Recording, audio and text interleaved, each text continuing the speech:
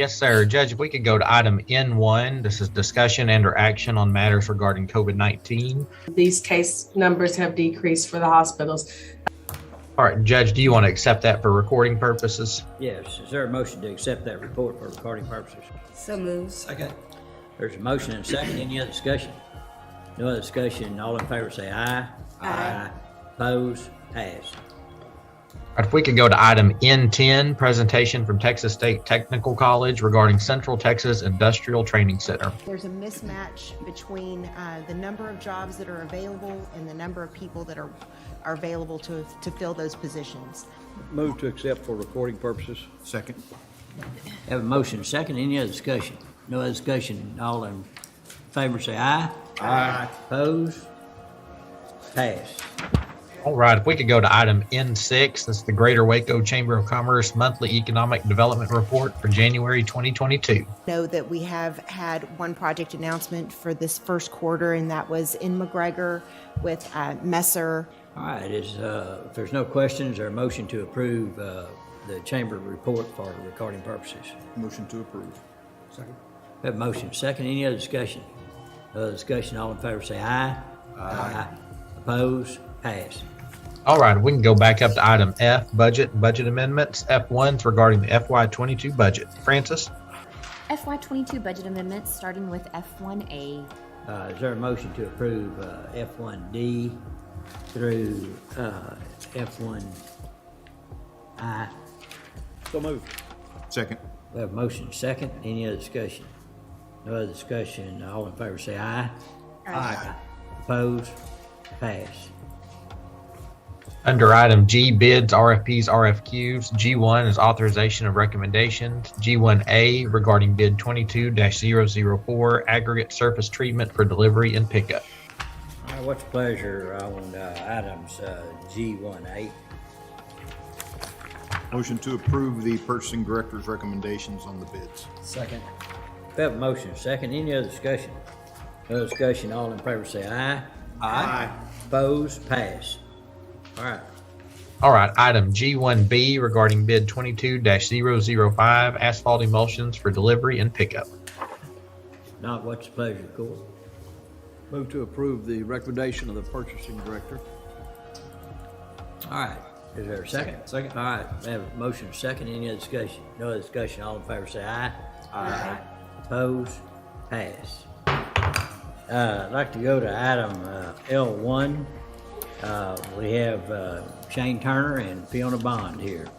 It's regarding the U.S. Department of Treasury Coronavirus Local Physical Recovery Fund American Rescue Plan Act, discussion or action regarding the eligible expenses and our funding guidelines, reporting requirements, and funding request. So I'm Fiona Bond, Executive Director of Creative Waco, and of course this is Shane Turner, owner and operator of the Hippodrome. All right, so we will recess until 1 o'clock tomorrow. So it's 11. All right, good morning. Let's call court to order.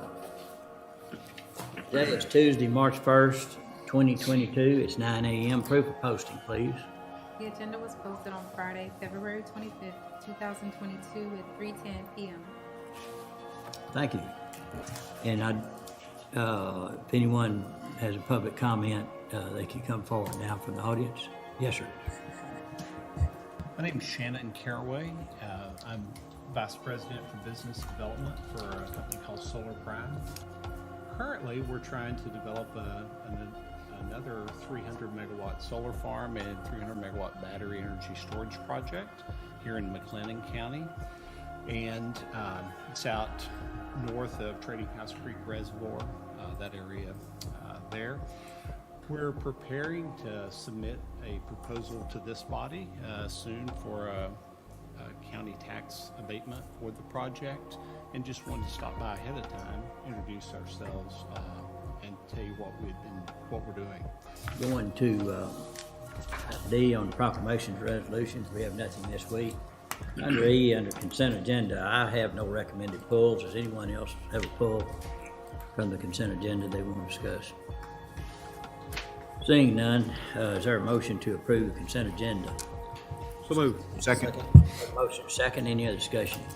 No other discussion, all in favor say aye. Aye. Opposed, pass.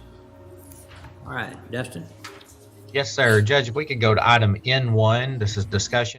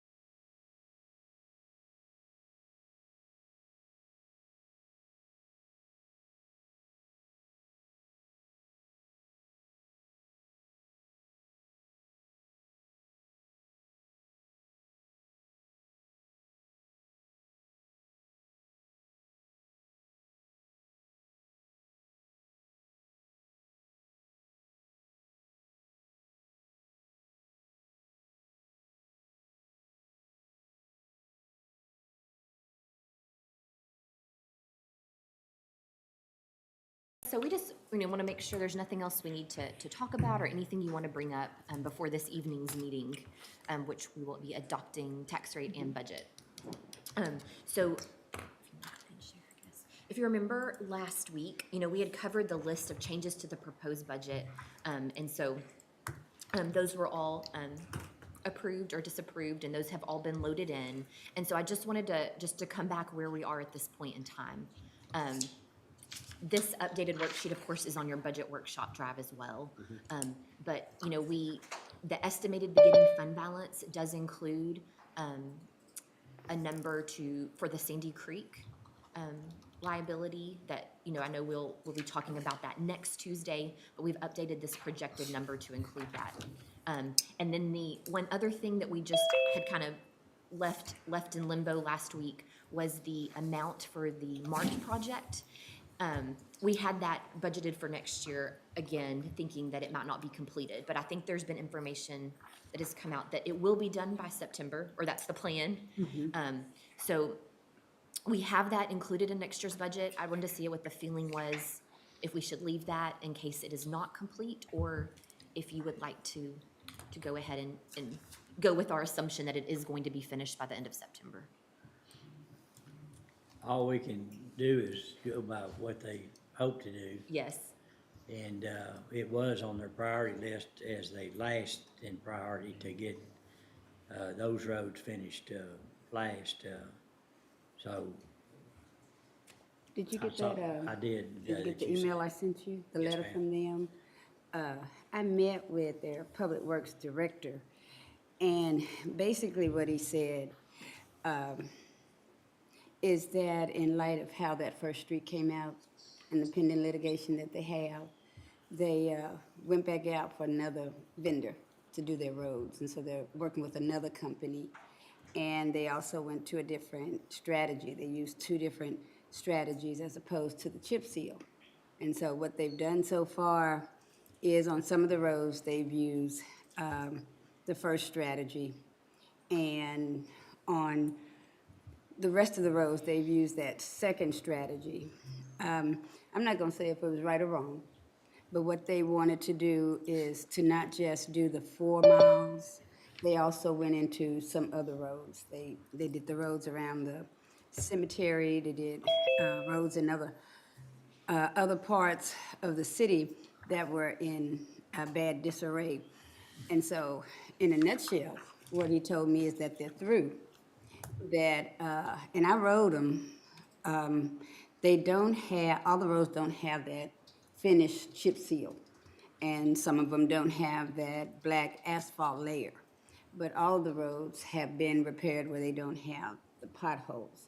So what the court has to decide is, and what I told him what that letter means, is that I said, well, I understand you all are comfortable and satisfied with what your roads look like.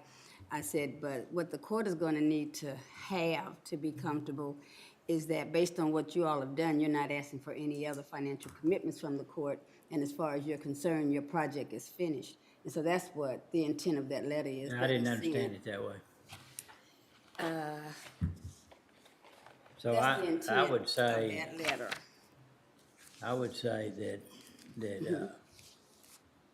You're thinking we still, after the work they've done, that they're asking for more money? Because what the letter says is that they thank us they're asking for, the letter says they're thanking us for what we have done so far with their phase 1. Okay. And that as far as they're concerned, phase 1 is finished. That they know they're in pending litigation with the first contractor, but in order to get the roads done, they had to modify how, and that's when they take out the chip seal on some of them. They do ask that we will consider as they move into phase 2 and phase 3 to continue to work with them. But what I gleaned from the letter and what I gleaned from our conversation, as far as phase 1, they're finished. Now, what the court has to decide is based on how the roads look. Do we want to tell them, no, this is not what their finished product should be? Because they're saying that's their finished product. They used the rest of the money that they had. They still have, I think, around $50,000 in limbo in that litigation. And like I told them, I said, I see exactly what you did. I can respect it. I don't have a problem with it if they don't have a problem with it. I understand wanting to stretch a dollar, because what they did is they fixed more than 4 miles of road. And then, because they had less money, they changed the method that they were going to repair the roads. So what the court has to decide is, do you agree with that?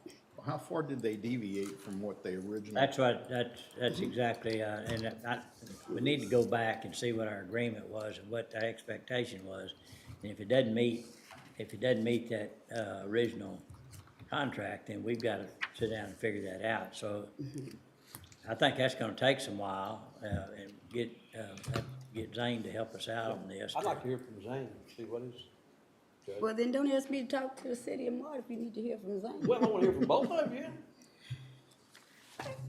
So, I mean, my point Didn't is, mean that, Pat. is that we might look at pushing this into the next budget year, just so we can understand it. And I don't think it matters to them, but What is an alternative to chip seal, Commissioner? Did they tell you? They sent in the bid of what they are doing. Let me see, based on this, I'm trying to find it. Two type of strategies. They, asphalt would be. Well, they, you know, the first steps where you just grind it up and then you pack it? On some of the roads, it looked like that's what they did. They did all of the prep work, but then they didn't layer it with a chip seal or an asphalt. And that was the second. On some of them, they did the grinding and the packing, and then they layered it with a black emulsion hot mix. Seal it, after they ground it up, they just sealed it? What did they say? On some of them, Huh. on some of them. Come on up, Zane. What's the method called? Is there a method, is there a name to that? Good morning, Commissioners and Judge. Arnie. He called it something like something asphaltic, matte. I don't have the letter in front of me, but I was not familiar with that product. It sounded like a proprietary product, but in general, it's an asphalt overlay of some sort. Right. I don't know what gradation of the rock or the oil content. You know, wasn't provided any testing test results. But essentially what they've done is they've to some degree reclaimed some of their roads and packed them back in, taking out the potholes. And in other roads, they did the reclaiming and then laid over this asphaltic, like 2 inches of asphalt-like product. So they still have approximately 6 roads per the ILA that they have not improved per the original agreement. We still have roughly $100,000 that we have yet to pay them for reimbursement. So if in phase 2 they improve those 6 roads and submit an invoice for the remaining reimbursement, I would not have a problem reimbursing them for the improved, per the IRLA. I do agree with comment that Commissioner Miller made, that if they're satisfied with them, I don't know how we can. Well, I'm gonna read from this bid packet he gave me. He said there are 2 repair methods that will be accepted. The primary rehabilitation method would be to mill existing roads, stabilize to a minimum of 6 inches of depth, roll and compact, and overlay with 2 inches of a SPPPM, grade 4 coal mix. The second method of rehabilitation is to mill in place and lay back approximately 6 inches depth, grade, subgrade, and maintain positive drainage, roll and compact, and then treat it with 4 inches with iron soil stabilization product. In some roads they did that way, in some roads they did the other way. And I think that's why they vary in appearance. Yeah, I mean, the methods are not the methods we agreed to, but if they're fine with it, they've got to live with those roads. So that's that's kind of their decision to make. It does not conform with our agreement. But in general, those roads were chosen based on being an interlinking road with the county.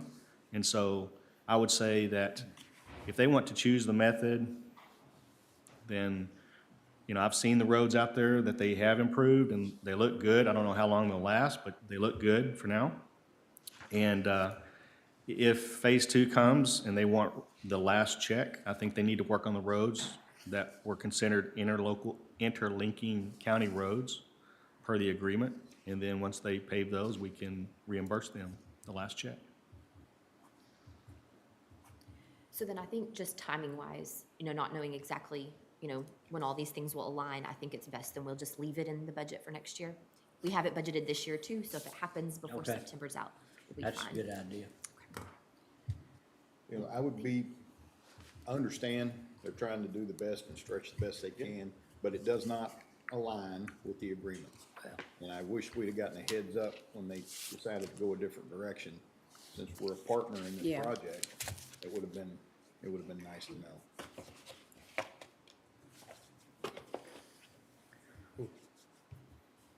Well, you've got it in both budgets, so Got it covered. we'll figure out from, Then I think we do, someone, either you or Mike needs to talk to the city, because they're under the impression they're finished. So if we're saying they're not finished, we need to tell them that they're not and tell them why and what we expect them to do. Okay, I can work with the city of Mark. Okay. Well, is phase one finished though? They are saying phase one is finished. Okay. Based on what And we they've owe done. money for phase one. Yes, that's that retainage, that 119,000 final payment. But that's it though, right? Yes. We're not committed financially beyond that. Okay. No. okay. So no action needed. I mean, you already know what to do, so. Yes, we have it in there. So then this is where, you know, we stand right now, and I just, you know, again, just before we go into this evening's meeting, see if there's any other thoughts, you know, so that everything can go smoothly. If there's some thoughts on the tax rate, that tax rate there, the 0.376355, it is slightly below the no new revenue rate. It's a 4.9 cent decrease from our current rate. Per $100,000 for each $100,000 worth of assessed value, it's a almost $49 decrease in levy that will be collected. So of course, someone's value could go up, but per each 100,000, that's the amount of the decrease in the levy that will be collected. Now, what is the no new revenue rate? The no new revenue rate is 0.376376. Okay, and again, why are we adopting the 6355? That was that's the rate you proposed. On that day that we proposed the rate, that was also the no new revenue rate, but the tax office had to make a slight change in their calculations, so it's changed it.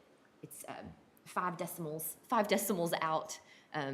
It's a very, very small amount, but that was, it increased the no new revenue rate. So then we were, of course, we had already proposed. That wasn't any decision we made. It was actually, when the final evaluations came out, which many times they do, varied from what the estimated amount of revenue would be. So we just said if we just leave it alone, let it fall to where it needs to, then it would take that to slightly under, very slightly under the no new revenue rate. Okay. But it is the third year in a row that we've come in under the no new revenue rate. Correct. What does 0.37 even look like? 3.7.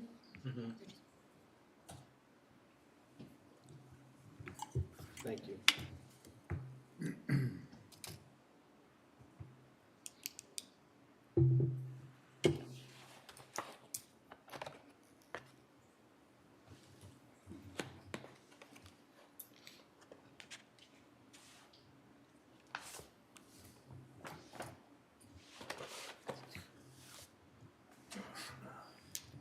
So is there any other thoughts or, you know, and consensus on what we want to bring up this evening on what you would like to vote on? You know, you can have, of course, the discussion this evening too, but just wanted to. I mean, obviously, we're not voting on anything right now, we're just discussing, but personally, I'm satisfied with the 376355. Okay. That's just that's my I am own too. opinion. Just considering that we've made a lot of changes this year with positions and things of that nature, I would be a little more conservative, so I would agree with that. Okay. So, is there anything else that I'm forgetting? Okay. So this evening, we have a meeting posted at 5:30. There'll be time for public comment on both the tax rate and the budget, and then there'll be a formal public hearing on the budget, and then you'll make a vote on the tax rate, vote on the budget, in that order. So, Okay, good to do? thank you. Anything else? No, sir. All right, Dustin, you'll pick it up. Yes, sir. So Judge, we do have a few action items that if we could take care of early under item F, contracts and interlocal agreements. F1 is discussion and or action on elections voting equipment agreements. And we have 2 action items on here for the court to choose between the vendors.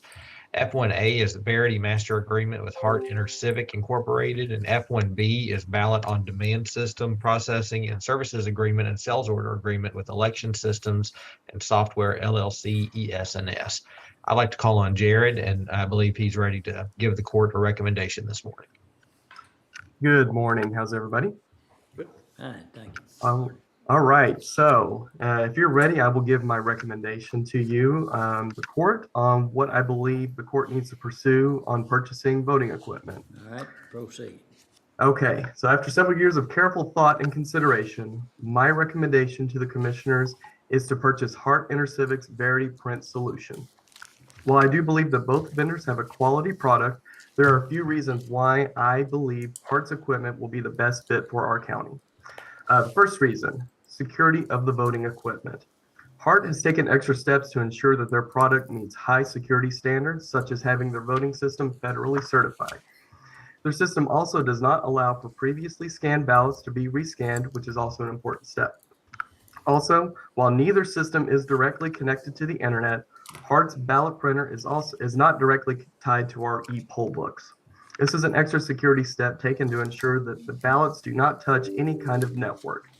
Election security is a topic that is at the top of everyone's mind these days, and I believe that Hart is committed to delivering a voting system that meets and exceeds security requirements. Reason number 2, ease of use in transitioning to the new voting equipment. As stated earlier, I believe both systems provide an easy solution for voters regarding marking and casting their ballots.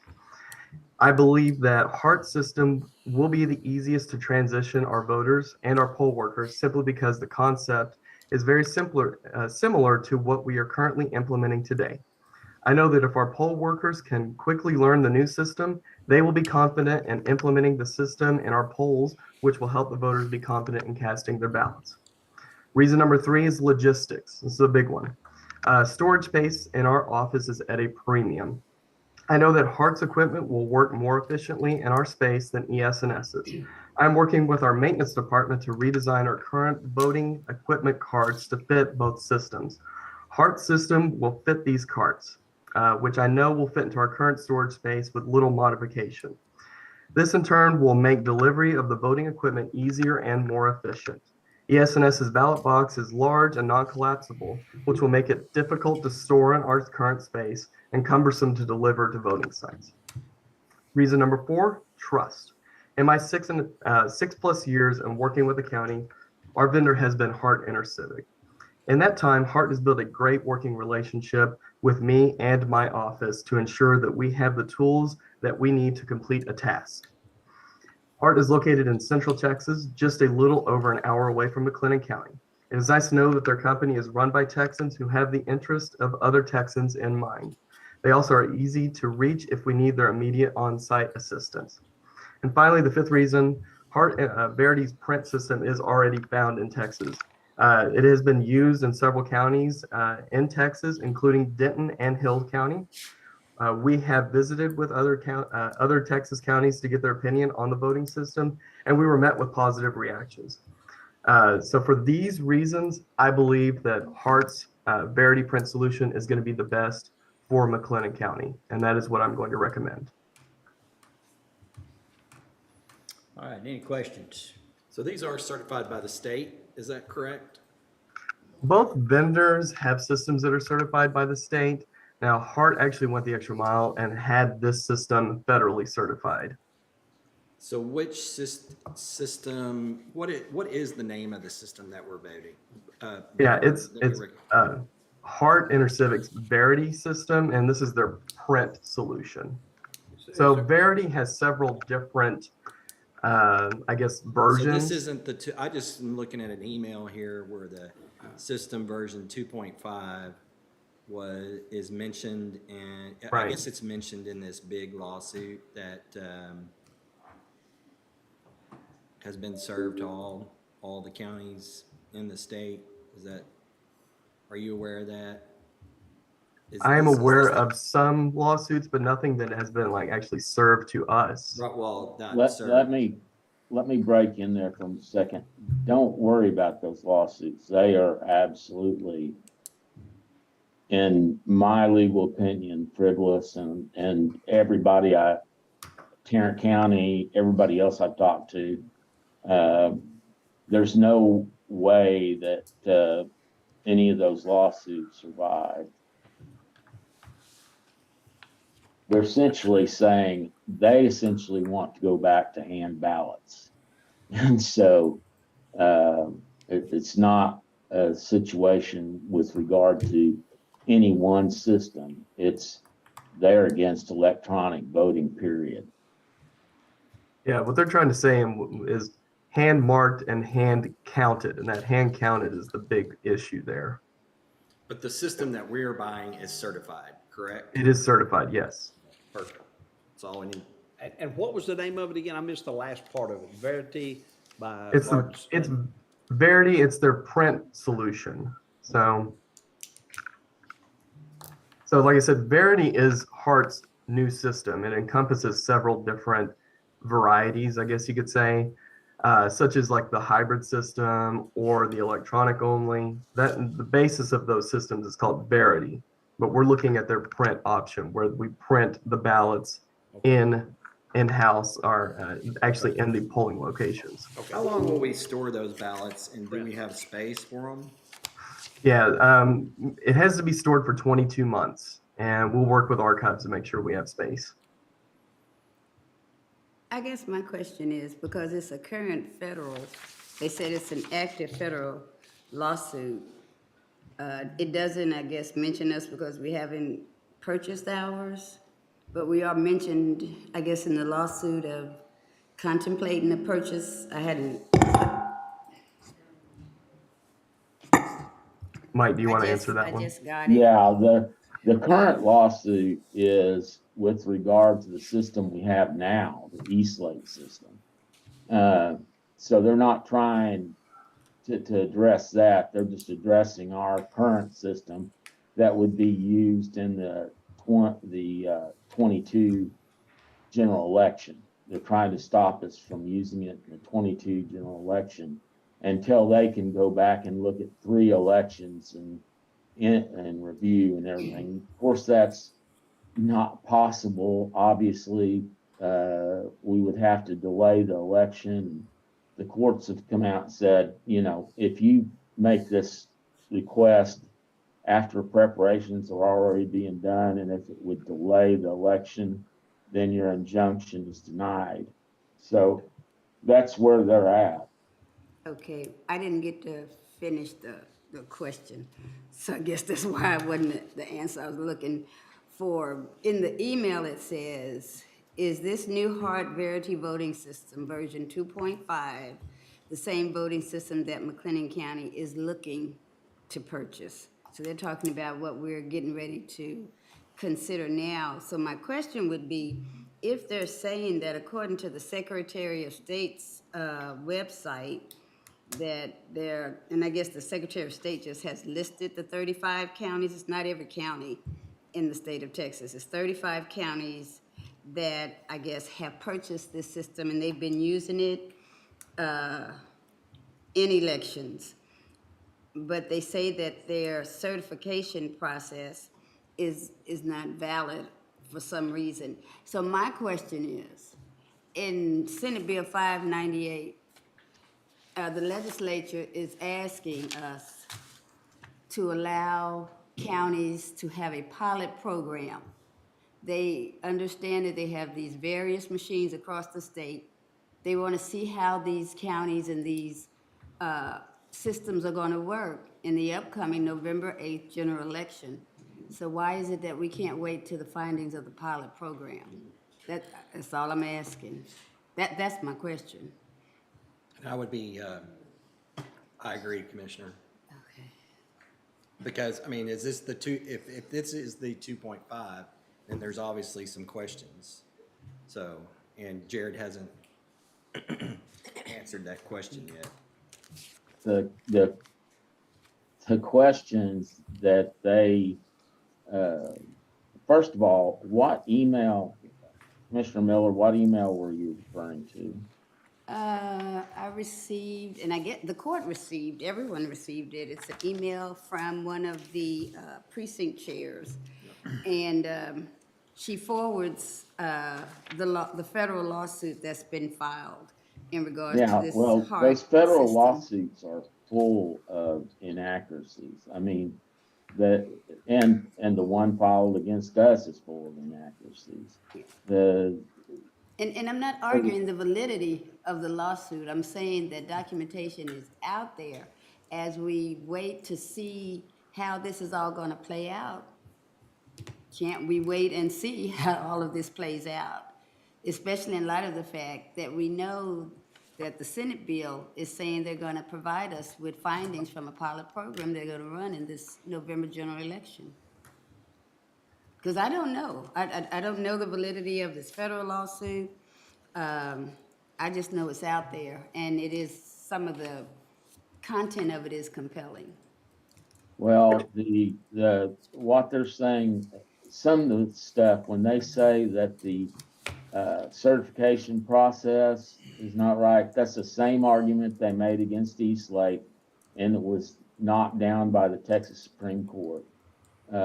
Because, in fact, the Texas Supreme Court, in a later opinion, said that the Secretary of State is in charge of certifying those systems, and that discretionary decision is not subject to being a violation of the Constitution.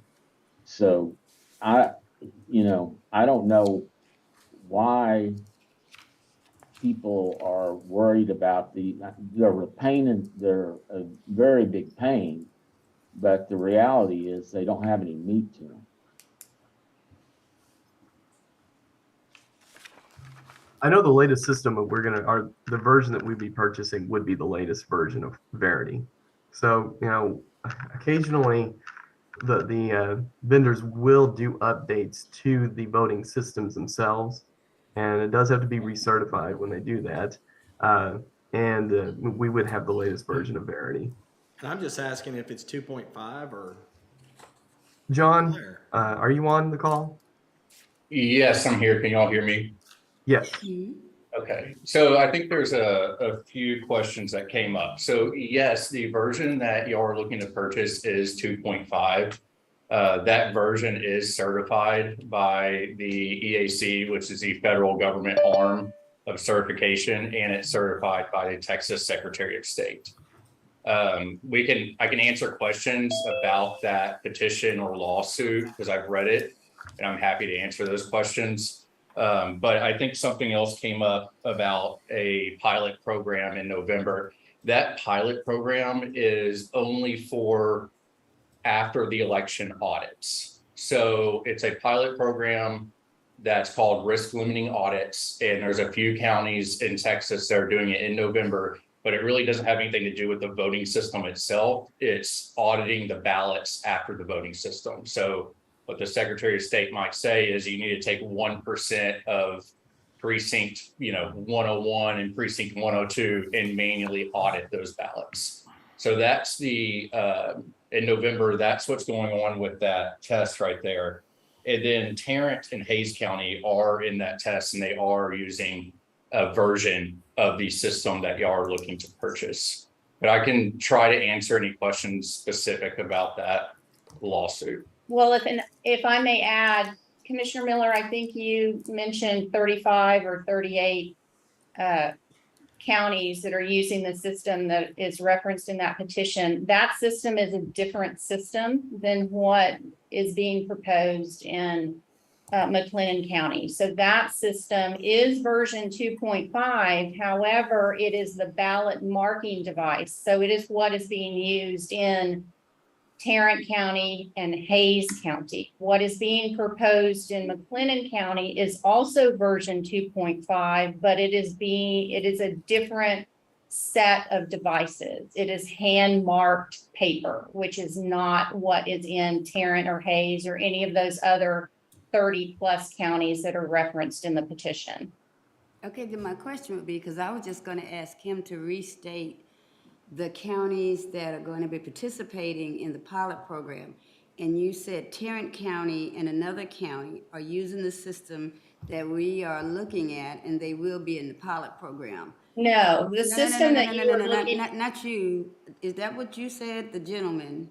What were the two counties you said? You said there were two counties that were in the pilot program that have the system, or did I not No. get it right?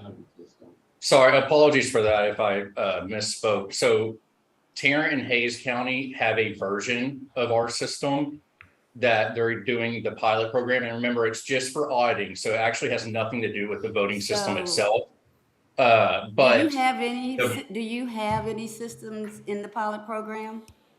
yes, the ones that Tarrant and Hayes, That's not the one we they- buying. It's not the exact one you're buying, but they have like the same scanners. What y'all are buying is hand marked ballots. What they have is machine marked ballots. So it's the same, you still get a paper trail at the end, except theirs is marked by machine with the voter, where ours is hand marked with a pen. One is totally electronic, one has Hybrid. a hybrid paper ballot that's actually filled out. And if anybody wants to count that paper, it's there. Right. So the That is auditing should correct. not be a question because there's a paper ballot. So you don't have any machines in the pilot program? Or, I mean, the machine that we're buying by you is not in the pilot program. Is that what the young lady said? The scanners would be, but like I said, the pilot program has nothing to do with the voting system. All it is after the voting system, it's. Okay, I just want you to answer the question. I understand what you're saying. I'm just trying to get in my mind, the system that we are buying is not going to be used by any of the counties in the pilot program, even though you all have a system, it's not the one that we're buying.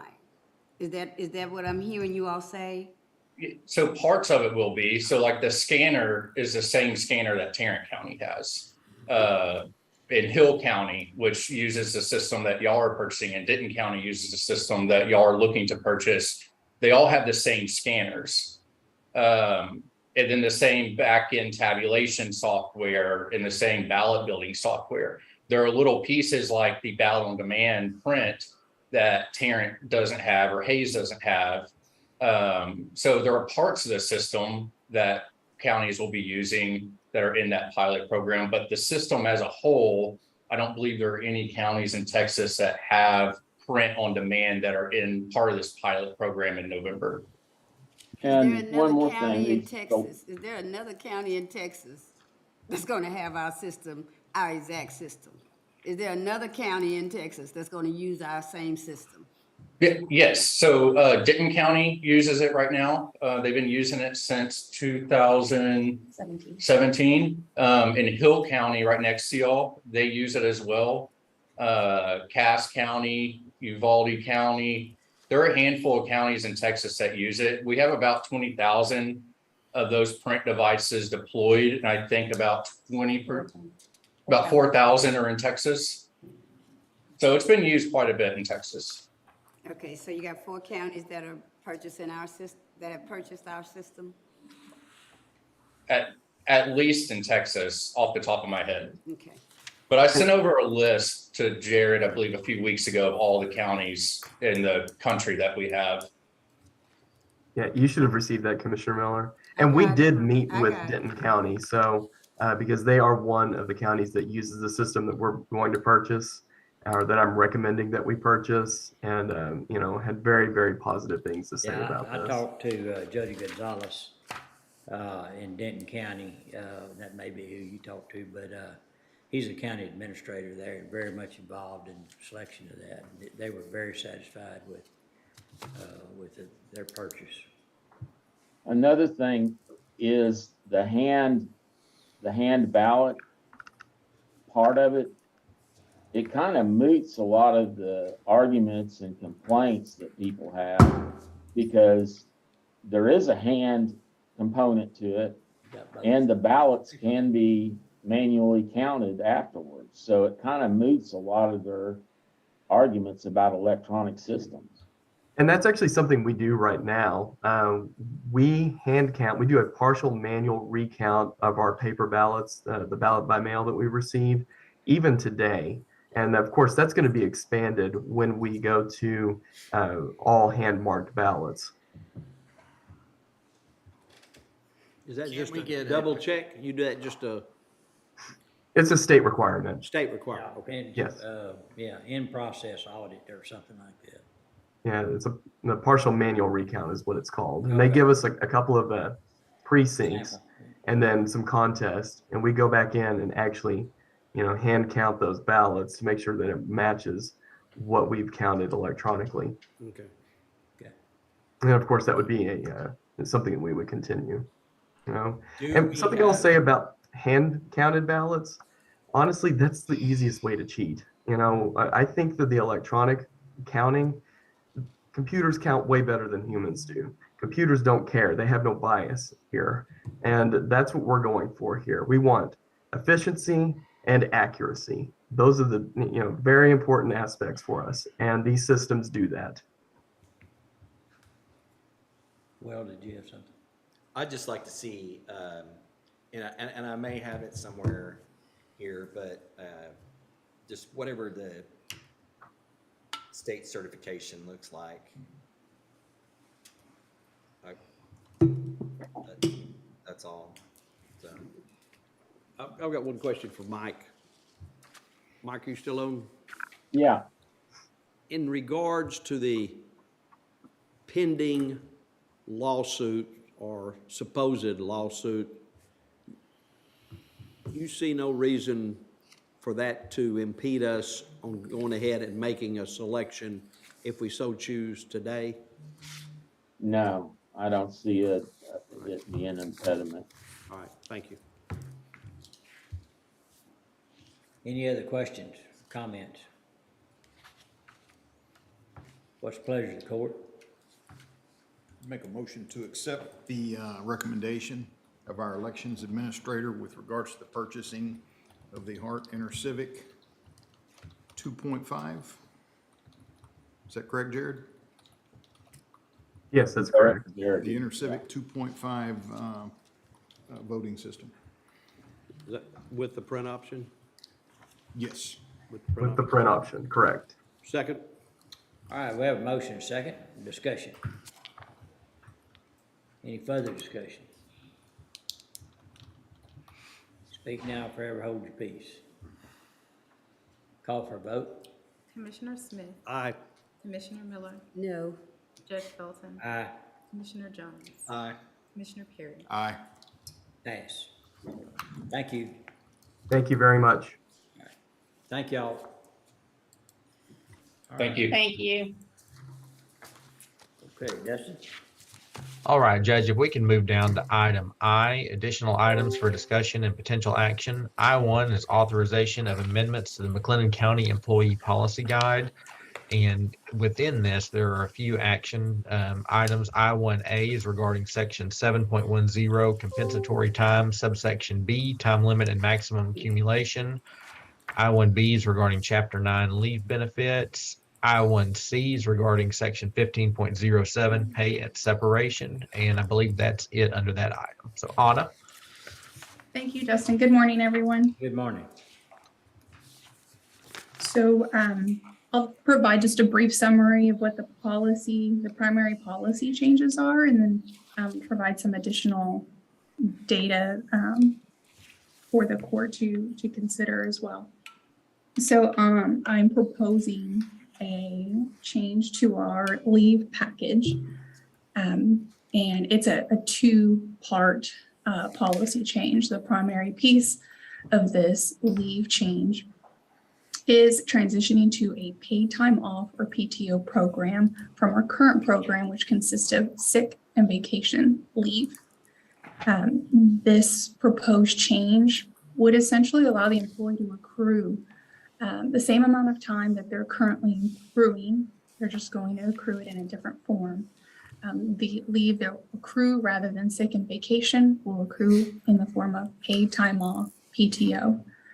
None of employees' current balances will be lost in this proposed transition. The transition involves transferring all current hours to a PTO or pay time off bank up to a total of 240 hours. And any time above that amount will be transferred to a new account called a Family Medical Leave Bank that could be accessed by the employees should they be approved by a family, by the Human Resources Office for an official family medical leave. That takes some steps for the employee to be approved for family medical leave. It does involve the medical certification that's about 4 pages long that they would need to submit to a medical provider and then return to our office for review. So there's some steps involved to access this bank. But if there's a serious medical condition, that employee will be able to access that. We've also added, this is something different that had not been presented in the last 2 court sessions that I was able to speak to the court. There's a new exception for usage of the Family Medical Leave Bank. We got some feedback and it was great feedback. And that was to make this bank accessible for things such as COVID, for what we just experienced in these past longer than 2 years. And so if the employer, HR, or supervisor is sending an employee home because of a quarantine or isolation recommended by CDC for a communicable disease, that's going to give an employee access to their FML bank because that's out of their control that their employer is recommending or sending them home. So that's new, and I wanted to highlight that because that's not something that I presented prior. So those are the primary changes to sick and vacation, transitioning to a paid time off bank. The second component of these policy changes is, again, the compensatory time policy. So the compensatory time policy, currently employees will accrue comp time for any hours worked over a certain amount of, in the span of a work week or pay period. And they can take that time later as time off in the form of time and a half. I am proposing a change to that policy to have that paid out annually. Any balances left at the end of a fiscal year in a comp time balance for an employee, I'm proposing that that be paid out at the end of that fiscal year. Any time earned by the employee within that fiscal year, let's pay it to them at the end of the fiscal year so that the employee sees the effect of their hours worked in overtime more immediately. This also involves a transition of paying all current comp time balances. So those are the 2 primary changes that are involved with this policy. And I kind of want to take a step back to get to the purpose and what's prompting HR to make this recommendation.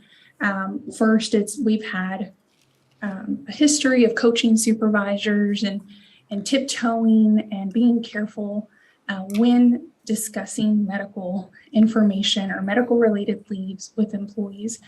Removing sick leave and a sick leave requirement that requires a supervisor to ensure that they are following the policy and that the absence is related to a medical appointment or medical condition.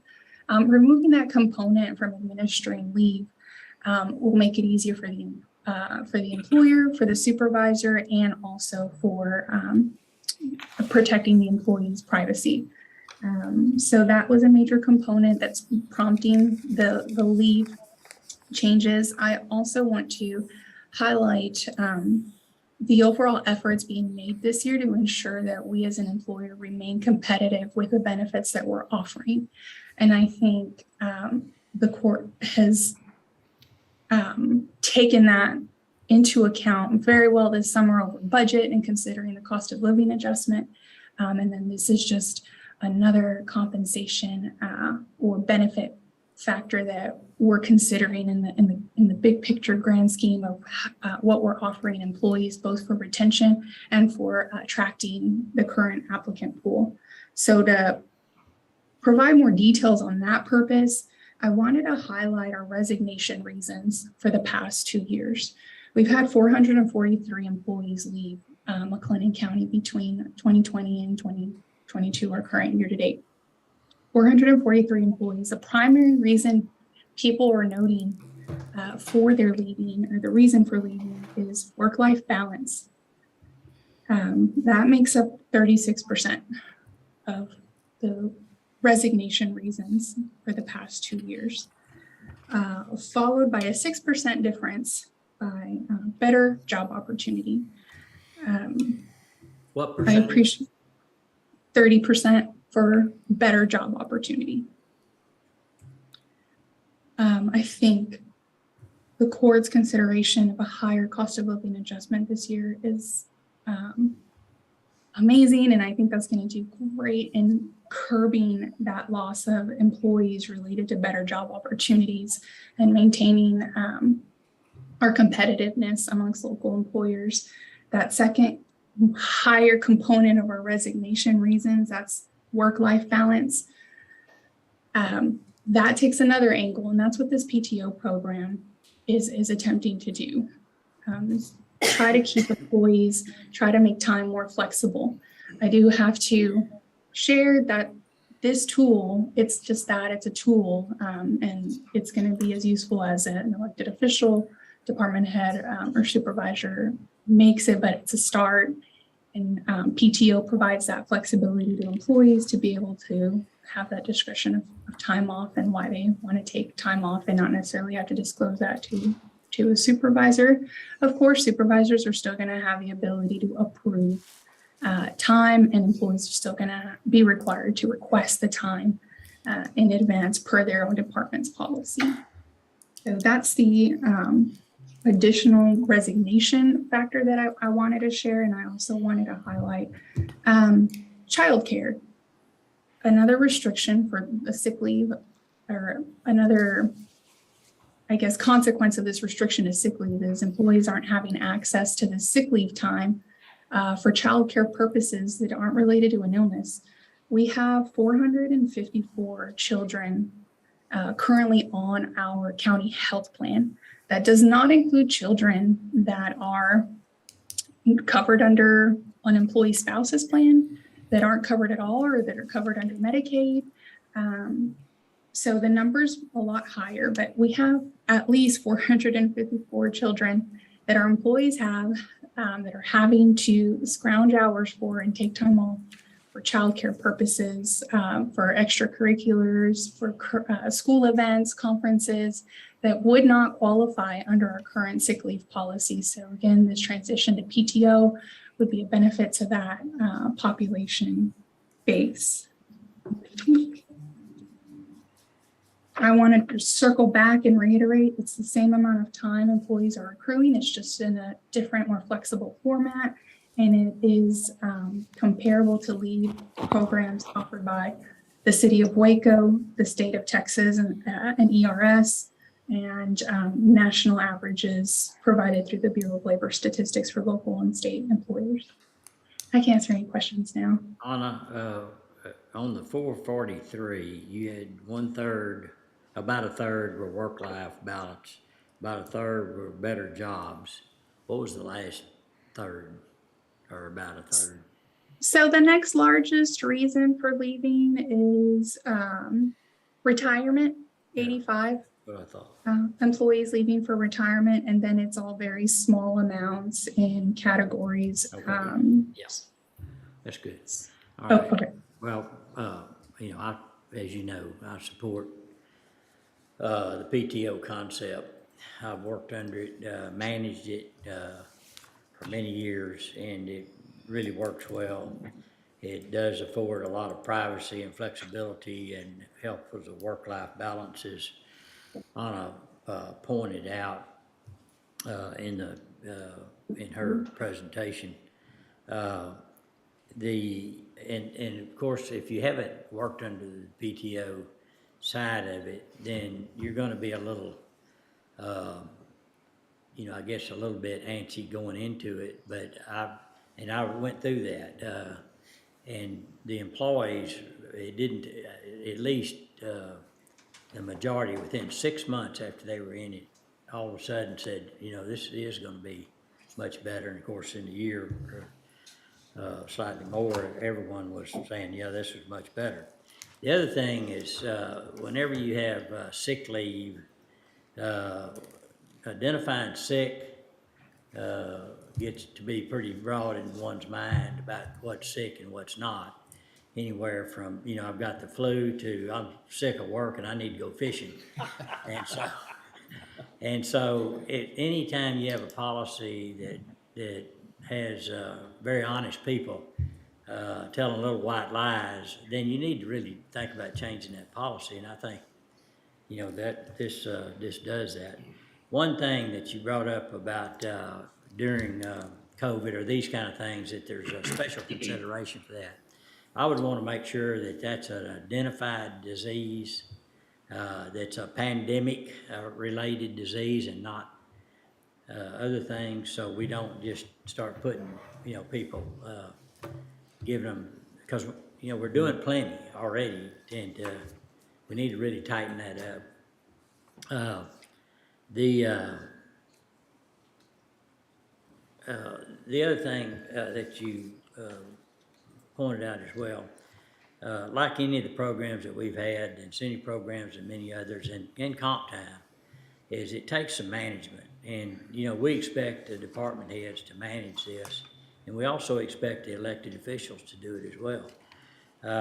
And I would say this, that almost the whole work community that we have at the county complies and works at the best interest of the taxpayers. But I will say that we intend as a Commissioners Court to inspect what we expect on this monitoring of comp time.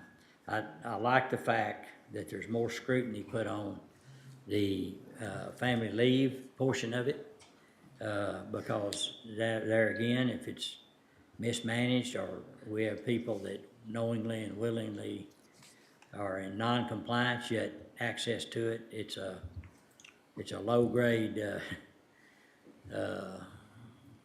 not theft, but anyhow, it's not the best interest of the taxpayer. So I really like the fact that, Anna, that your department has really taken this on and looking at it, and it's something that we want to encourage you to really monitor on that, in that regard.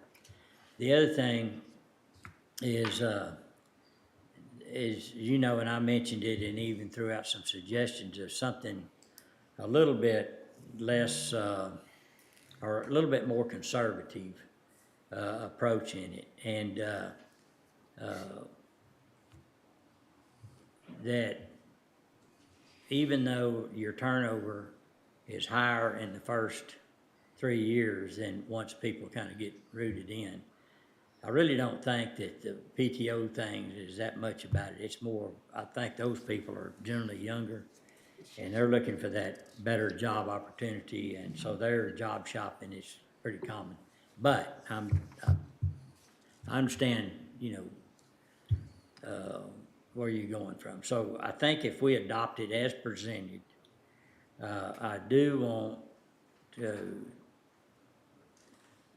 really hope to sell what we've done for employees as a real positive thing, that we care about them. I know you and I visited yesterday about the COLA, and where you showed that our COLA was a little equal to maybe some others, but I know many other municipalities and all that, including the city of Waco, that aren't even close to our COLA.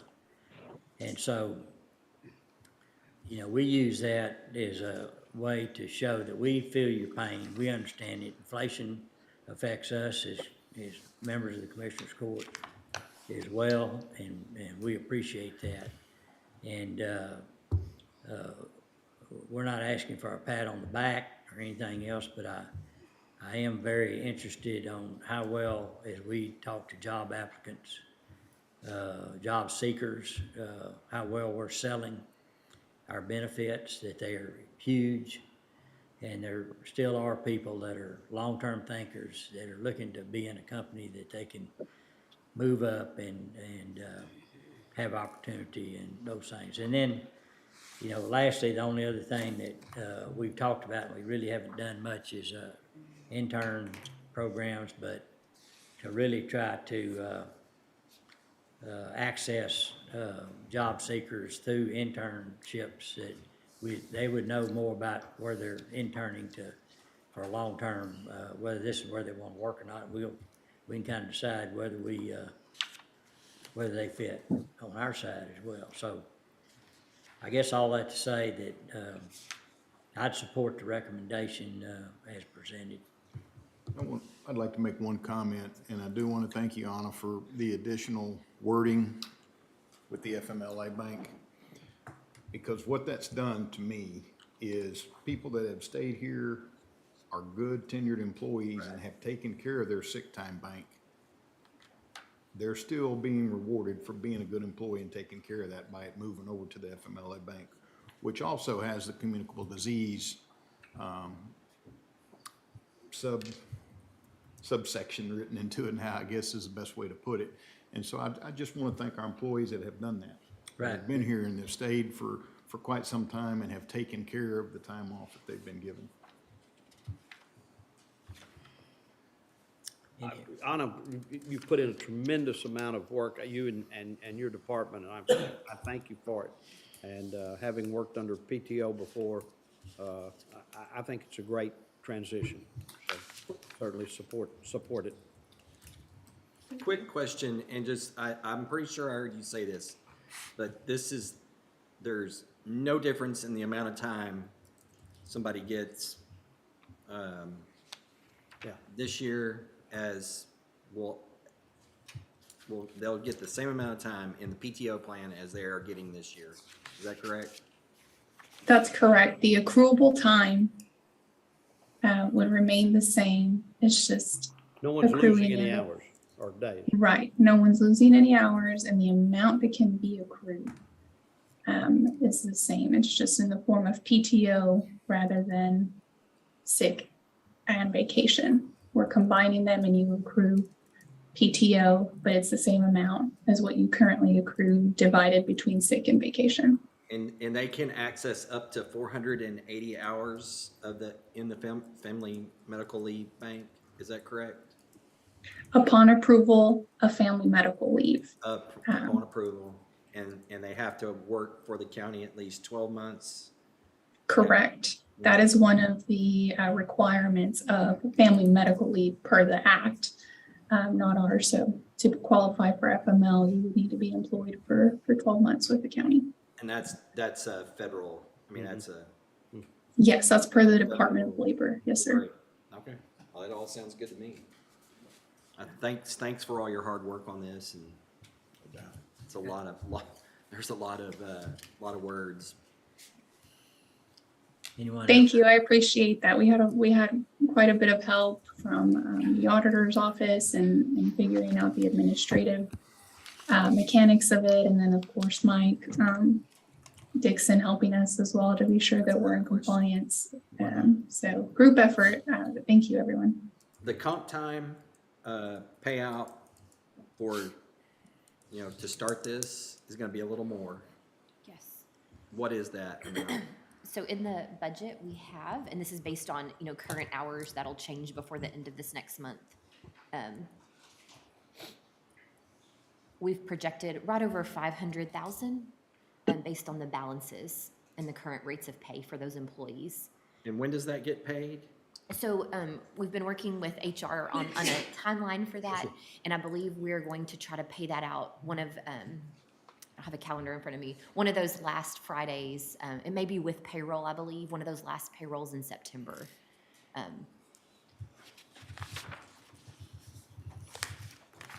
Any other Yes, questions? Based on what? Okay, excuse me. I mean, there'll be what is the end date? A cutoff. Just for information. Yes, let me, it's been a while since we looked, let me pull up a calendar. I can't get it. Just 1 second. While Francis is looking that up, I just want to share with the court that, there's still work ahead of us in communicating. I know it seems like there's a lot of unknowns and anxiety amongst employees with the program. So our next phase here is just mass communication and being available for employee questions related to the transition. Understand. So I believe, and you know, we'll still iron out these details, that I think we talked about paying it out on the payroll that will be issued on Friday, September 23rd. And I think we could probably pull those balances as of the end of that pay period we are paying out. So that would be ending September 17th. So there will be a couple weeks there that would roll forward, you know, if any comp time was accrued the end of the year into next year, and would be included in next year's payout, but it will probably always be on that same timeline at the end of the year. So soon, and I mean, this is. Correct. Right, yeah.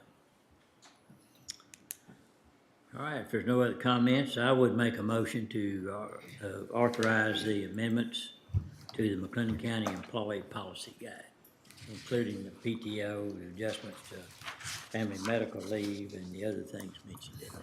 Second. We have a motion second. Any other discussion?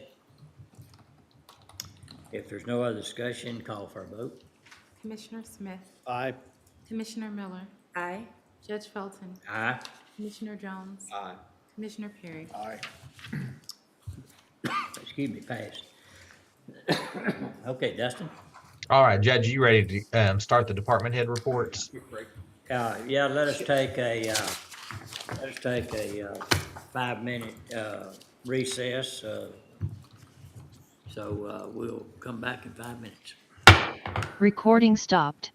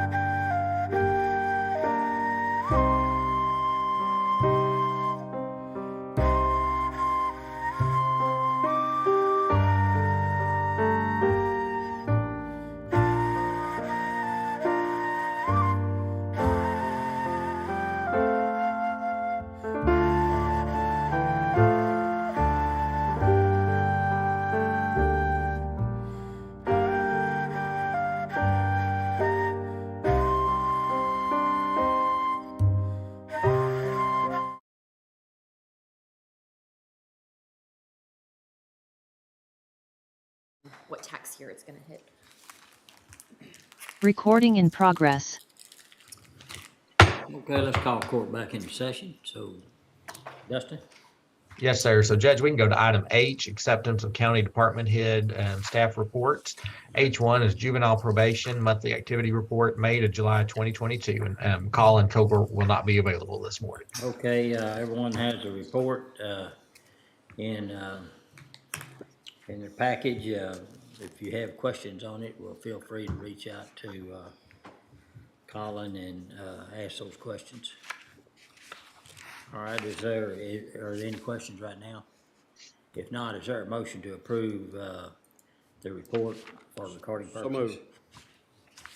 Second. Motion made and second. Any other discussion? No other discussion. All in favor say aye. Aye. Opposed? Pass.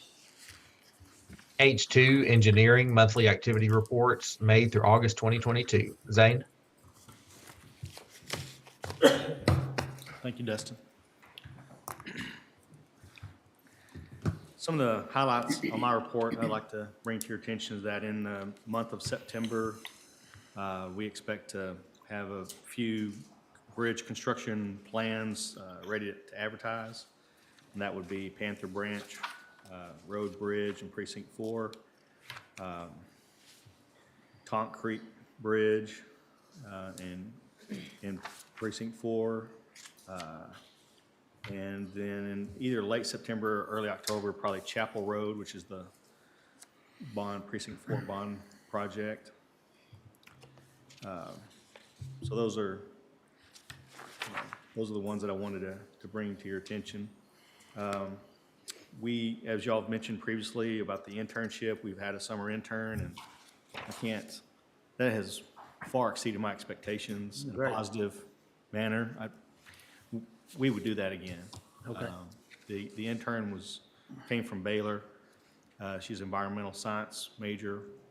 She's been helping us tremendously with our GIS database. So she's a really sharp girl, and will go on to do good things, and we would look forward to having another intern next year if possible. Okay, good, thank you. We've been coordinating with City of Waco and the County 911 District to get aerial photography and LiDAR, which would be in the fiscal year 23 budget. We're still working on that. And then the only other item I would kind of point out is that I understand that the county cemeteries are filling up, and probably within 5 to 7 years they'll be filled up, even though we're kind of going towards cremation now. I think we need to start looking, give us 5-year buffer at the time there, start looking for land, either through donation or for purchase. It'd be better if we could find land around the cemetery, so that maybe keep all the county cemetery contiguous if possible. If not, there's potential for lands around the actual crematories, so that way there's a short distance there, but wherever. I mean, we just need some additional land for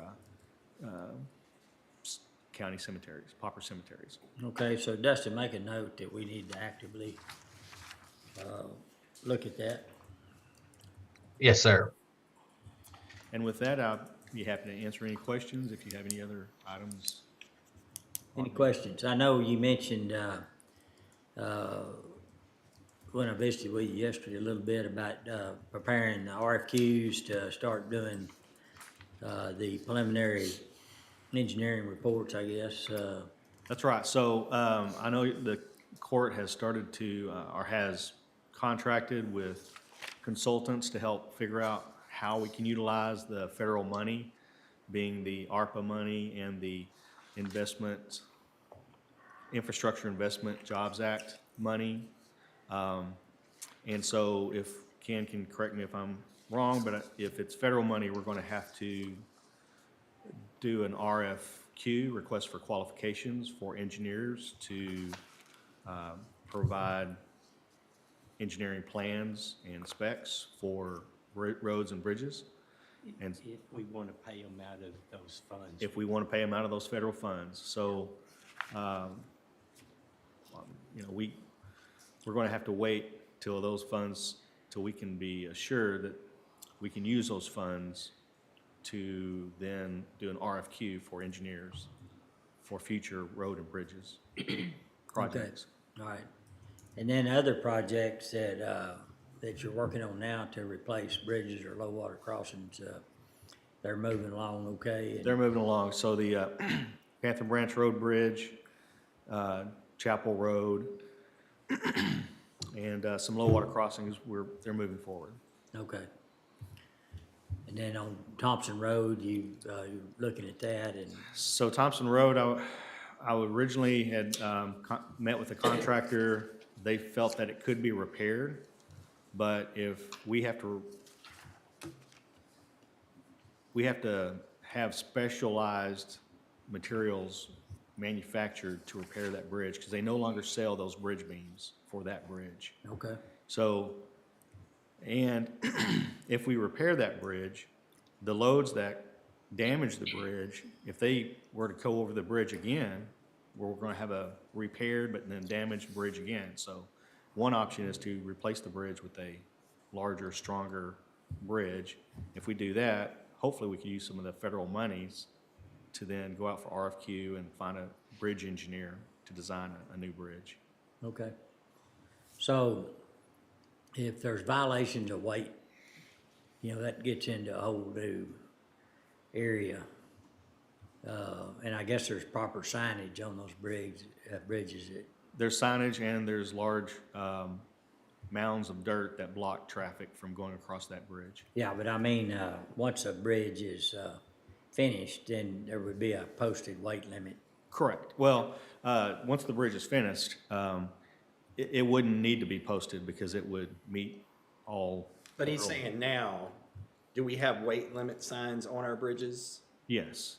On our off-system bridges, yes. But we do. It's kind of it's a weird deal. We do, but there's no ability To enforce it. to enforce it because there's nowhere for anybody to pull them over and weigh them. It truly creates a catch-22. Right.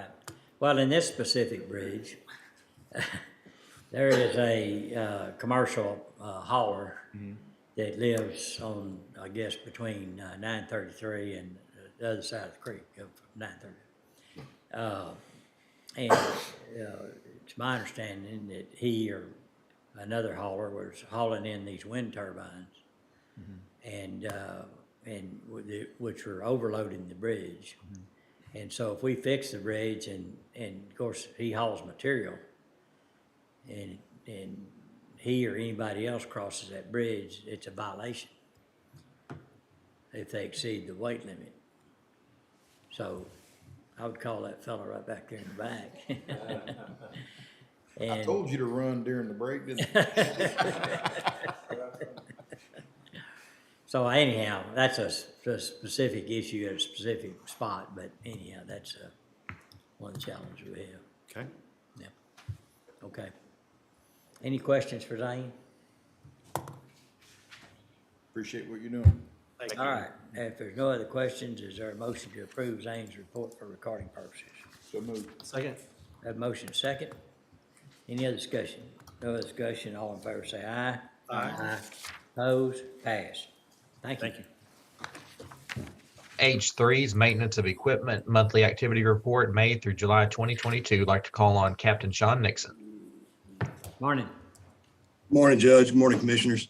Morning. I believe you all have a copy of our report in front of you. I'll go through it briefly, just to save time.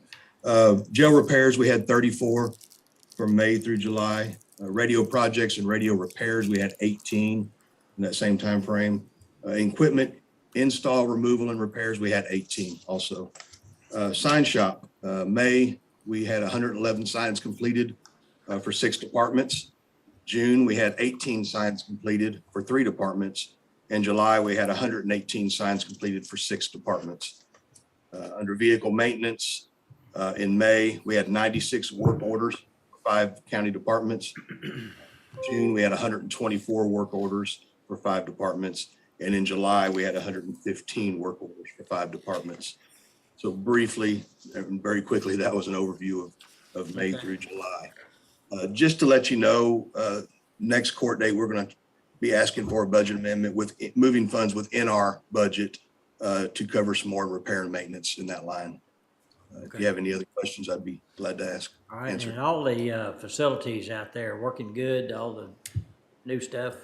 Yes, sir. Everything is working great. And I do invite any of the commissioners that like to come out and see our facilities. I invite them out. All right, we'll take you up on that. I'd like to see them since they're completed. Yes, sir. All right, any questions for Captain Nixon? All right, if not, is there a motion to approve his report for recording purposes? So moved. Second. We have a motion, second, any other discussion? No other discussion, all in favor say aye. Aye. Opposed? Pass. Thank you, sir. Thank you. Item H4, County Veteran Service Office Monthly Activity Reports, April through July. I'd like to call on Steve Hernandez. Good morning, gentlemen. Good morning. Ma'am. Aside from the normal office report, man, it's dark in here. I just have some trends that are kind of alarming that we're running across. I don't know if it's because of the economy, but we seem to be having a lot more surviving spouse requests on benefits. I don't know if it's because they're losing income from the veteran, whether it's Social Security, whether it's retirement, or whether it's disability pay, or all three. So we're kind of having a trend there of a lot of surviving spouse issues, not just from an income standpoint, but the loss of income, but also just the fact that they're in a transition of losing their husband and losing the income. We have housing placement issues now. We're starting to see a lot more veterans that are either becoming homeless or on the verge of homelessness, or in a situation that involves us, our involvement, to make sure that we can keep them stable, so that way we can confront the issue before it actually becomes an issue. Character service upgrades. We're also experiencing the character service upgrades. I guess because of the economy, we're having a lot of individuals that are coming in with bad conduct discharges that are requesting our services, which we really didn't have too many of, but we are starting to see a lot more that are coming in wanting to see if we could get them some federal benefits through the VA system. And that's a very challenging issue to change someone's character of service after being out of service for many, many, many years, actually decades for some. Homelessness, we are seeing a lot more of a trend that are coming into the one stop that are actually homeless. We without mentioning names, we do have an individual right now that was on the verge of homelessness that had five young children and a wife. And so we've been frantically making sure that we can take care of his situation. But we're starting to see some alarming trends regarding a lot more, I guess, a lot more people coming in, a lot more veterans coming in requesting VA assistance, as well as our assistance, community assistance, and making sure that they can be placed.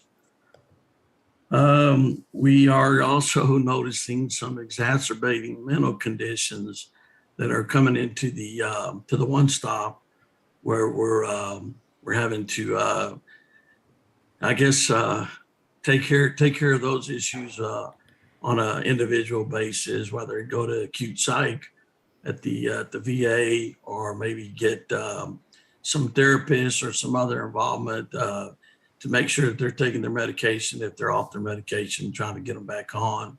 But that's also been somewhat of a trend that's happening. There's a lot of adversarial and psychotic, as well as just mental breakdowns that are occurring, that are people are coming into the office, not necessarily into our office, but into the one stop with a little bit of exacerbated conditions. And so we're kind of noticing that a little bit more. And we are assisting more so now the elderly veterans that are homebound, that are either having vision issues or actual physical issues that are making them homebound. And we're seeing a little bit more requests there in trying to help keep them either there or maybe transition them over to a assisted living or a nursing home or even a veterans facility.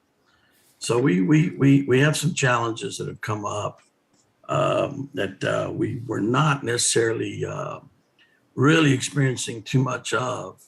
And then, of course, the PACT Act, the promise to address the Comprehensive Toxins Act. We haven't really had too many claims that have come in, but we've had a lot of questions. So we're still looking at that legislation to make sure that we can assist on those claims. And I guess other than that, I do intend to give you all a little bit better, I guess, definition of what our operations of the office entail, and instead of just mentioning the type of services that we provide. But I feel like I need to give you a better definition of what those services are in regards to the federal, the way that we handle the federal system. Okay. All right. Any questions? Hey, Steve, quickly, I noticed your out of counties were pretty steady up until the last couple of months, and then they doubled from 2 to 4, and then they jumped way up to 9. Any reason for that that you can think of? And is that a trend that you're going to see continuing? Of course, with our relationship and our partnership with the Behavioral Health Network, that we do have their catchment area. Where we've been managing is we actually just give them guidance, either through the phone or through basically just communication. We normally try not to get too involved with actually doing the claim form or getting directly involved with the claim, but we're seeing more and more people coming in to our office for that purpose. And that's where those numbers have kind of jumped up a little bit. But to answer your question, we try to discourage that, but at the same time, we really don't tell them that since they come in, it's a federal system, we really don't shy away from helping them if they drive in. But we really do try to emphasize the fact that we're doing we would prefer to just do more of a guidance type of assistance, more so than just directly doing the claim form and waiting for the answers to see if we need to do the appeal. Not to name names, but there's a large county south of us that does not have a veteran service officer. We do get the overflow, yes, sir. Not very often, but it just seems like between Fort Hood and the VA, we have had some, we do have somewhat of a reputation that we do assist. And so we do get people that do want to come, but we usually try to direct them to the Bell County Veteran Service Office. Thank you, Steve. Yes, sir. Any other questions for Steve? I can say if you visit the One Stop, they stay busy. Yes, They are really right. busy over there.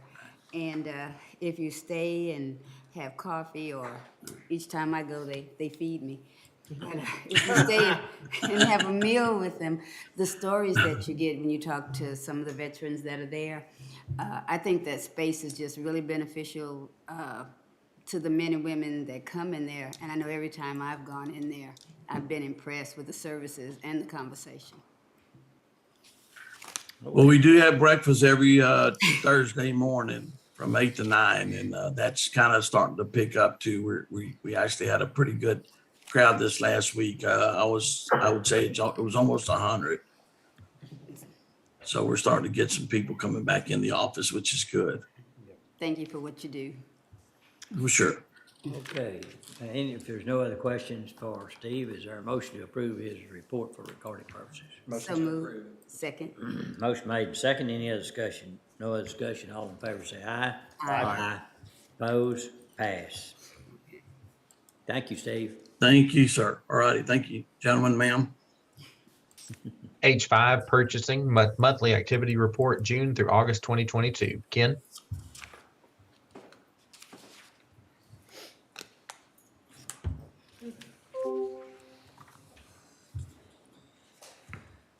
Commissioners, over the last 3 months, we have processed approximately 1,961 purchase orders.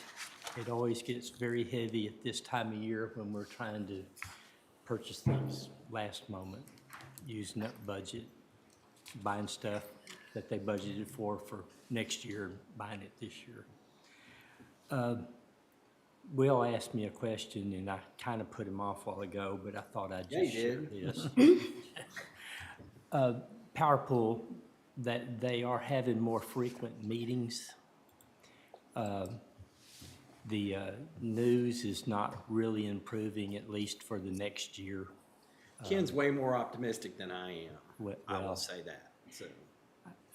That, I feel like that the PowerPool always projects kind of a worst-case scenario, and then when it comes back through the bids, we actually get something a little bit better. I think they're It's trying. getting better as time goes, as time has gone Yes. in the process. It's gone from 100% to about 40% now. Ye- Yes. But again, it's hard to pinpoint it, and so it's hard for me to talk about it. But anyway, again, having more frequent meetings with everybody, sharing what they know at the time. They are very helpful and informative. Yes, yes, they are. I had a conversation with Georgina with TLC. Well, actually, last week, and they're wanting to get together so we can share information, what we know, what we're budgeting for this next year, so they can help us with our needs attaching to some of the grants and so forth that we have or possibly can get.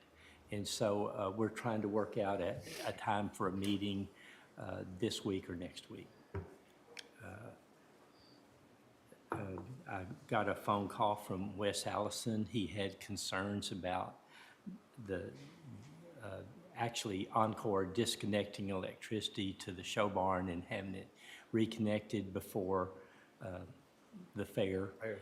And well, so I checked in on it, and basically they're not going to do anything until they can reconnect the show barn, and it's going to be like mid-October. It's not going to be before the fair, so there was no worries there.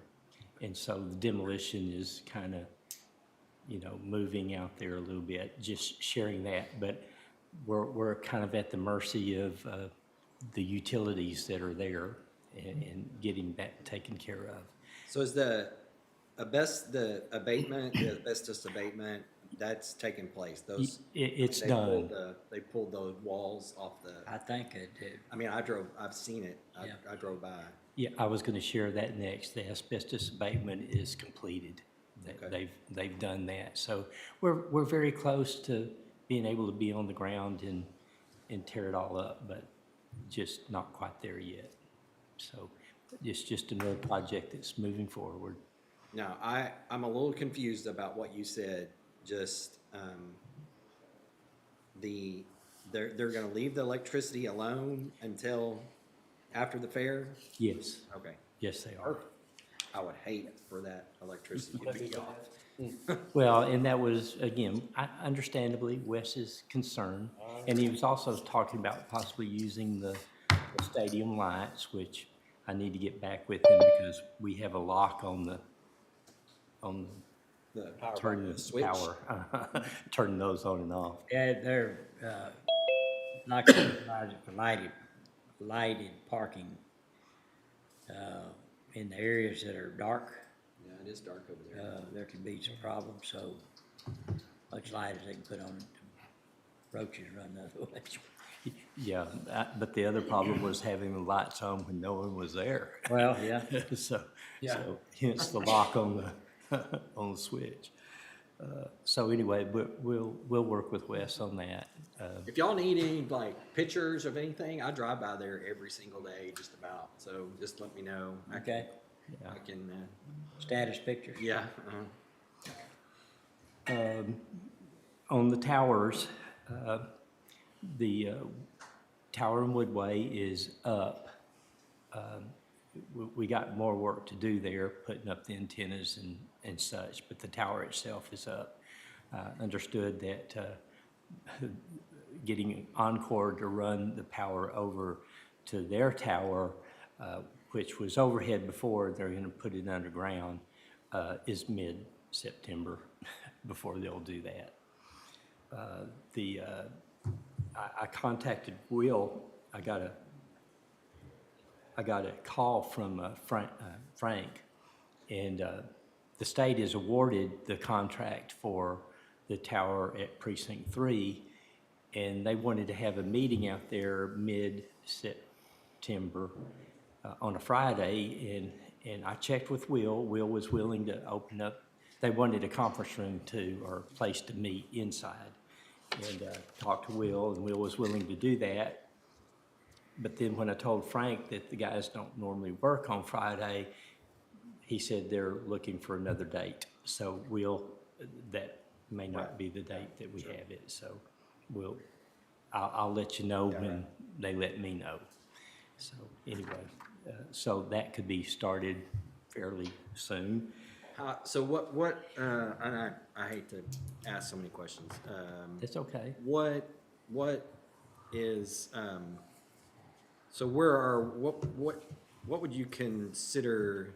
Because I've worked on it so much, what percentage complete are we on all the build out of the radio towers? I mean we're operational where and 1, 2, and we're very close to having 4 done. We're waiting on a transfer switch, which that was another thing I was going to bring up.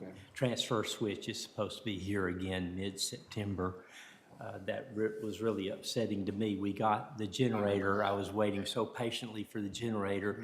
Power switch or transfer switch was supposed to come with it and didn't. And I remember that. Anyway, when we get the transfer switch, Precinct 4 will be complete. We need electrical hookup and everything. And Woodway is? Woodway, the tower is up. Now, we and still then need. We're starting the build out. There's a lot of things going on there. We're going to use antennas and cabling that we bought for Precinct 3 on the Woodway Tower.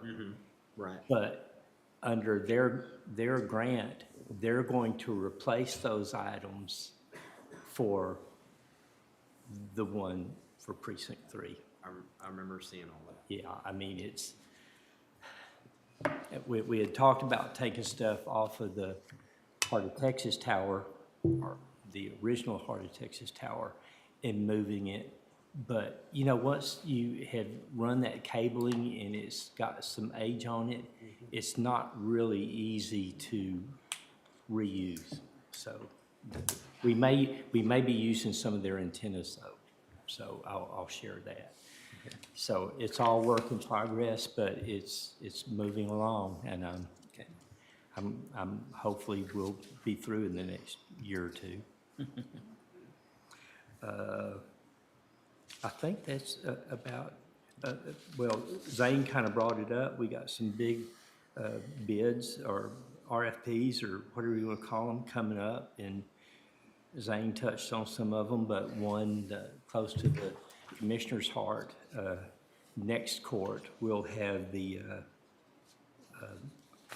RFP for a construction manager at risk for next door. For what? Construction manager at risk for Oh, for the the- old jail. We'll have that on the agenda, so Okay. we're ready to go out for that. All right. Wow. So a lot of road construction projects and there for Zane, and again, he mentioned, he just gave me that yesterday, the LiDAR and grant, whatever, surveying the grounds stuff. I'm gonna get some quotes for him on that. Okay. All right, thank you. Any questions? Any other questions for Ken? All right, is there a motion to approve his report for recording purposes? Second. Motion second, any other discussion? No other discussion, all in favor say aye. Aye. Opposed, passed, thank you. Thanks, sir. Item H6, maintenance of buildings quarterly activity report for August 2022. TJ? Yes, good morning, everyone. Good morning. So before you see our typical report, don't have a lot of big issues I need to talk about. Things are going along fairly smooth, especially for the last quarter. We are happy to see those falling temperatures. That really helps us out this time of year and gives some relief to our systems overall. So we're glad to see it. A few things I would like to talk about when you talk about projects of interest for 2023. There are two major projects on our list that we will kind of hit the ground running with as soon as October gets here. And that's going to be our ARPA funding for our HVAC replacements as it pertains to energy savings, as well as the Highway 6 roof replacement. You know, that's one that we've kind of held back on the past couple of years, but we are in dire need to go ahead and get that pushed along. So those are the two major things that I'm looking at, you know, for October and November, really kicking things off for 2023.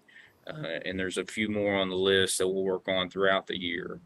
But for the most part, that's it. That's all I've got. Things are moving along fairly well. Is all the air purifying systems and everything out and fully installed at the jail? Yes, sir. Both jail facilities as well as juvenile are completely operational right now. Matter of fact, they just came in last month and did some maintenance stuff on our portable units out at the jail, just filtration change outs and things of that nature. But everything seems to be working out great. Can I interject? Yeah.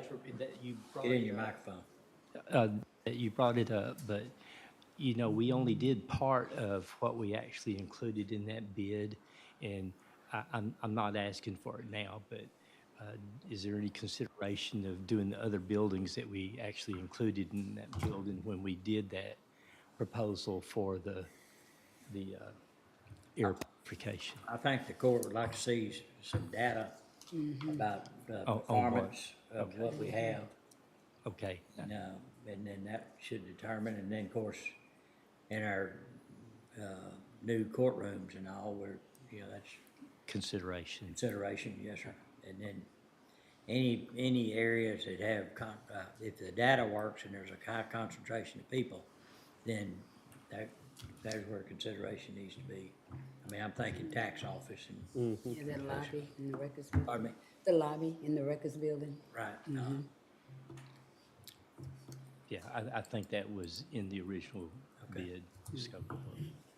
All right, TJ, quickly, I know we had a budget item on Trading House Lake Park. What's your plans for this coming year? The plans for this coming year, of course, are just going to continue to spread out our park and just expand the facility overall. So, I mean, we're probably going to look at doing another 6 to 8 nice picnic spots, you know, with the picnic tables, the covered awnings, the concrete slabs. At some point, you know, we're going to have to try to address the boat ramp issues that we're faced with out there. It's going to be a large scale project just due to the depth of the lake itself. You know, we really don't have any deep spots that would be adequate enough for a boat launch area. Right. So What we're about actually expanding the current boat launch areas. That brings up a good question, Commissioner. And, you know, we did that last year. We expanded the one off Hall Drive approximately 20 feet, and it got us through to this year. And with the lake levels even being lower, it really hasn't done us any good. We have measured the depth on the back side of that ramp, and we would have to go out another probably 40 to 60 feet in order to launch a boat. So at that point, your entire vehicle is already in the water, so it's not really doing you any justice.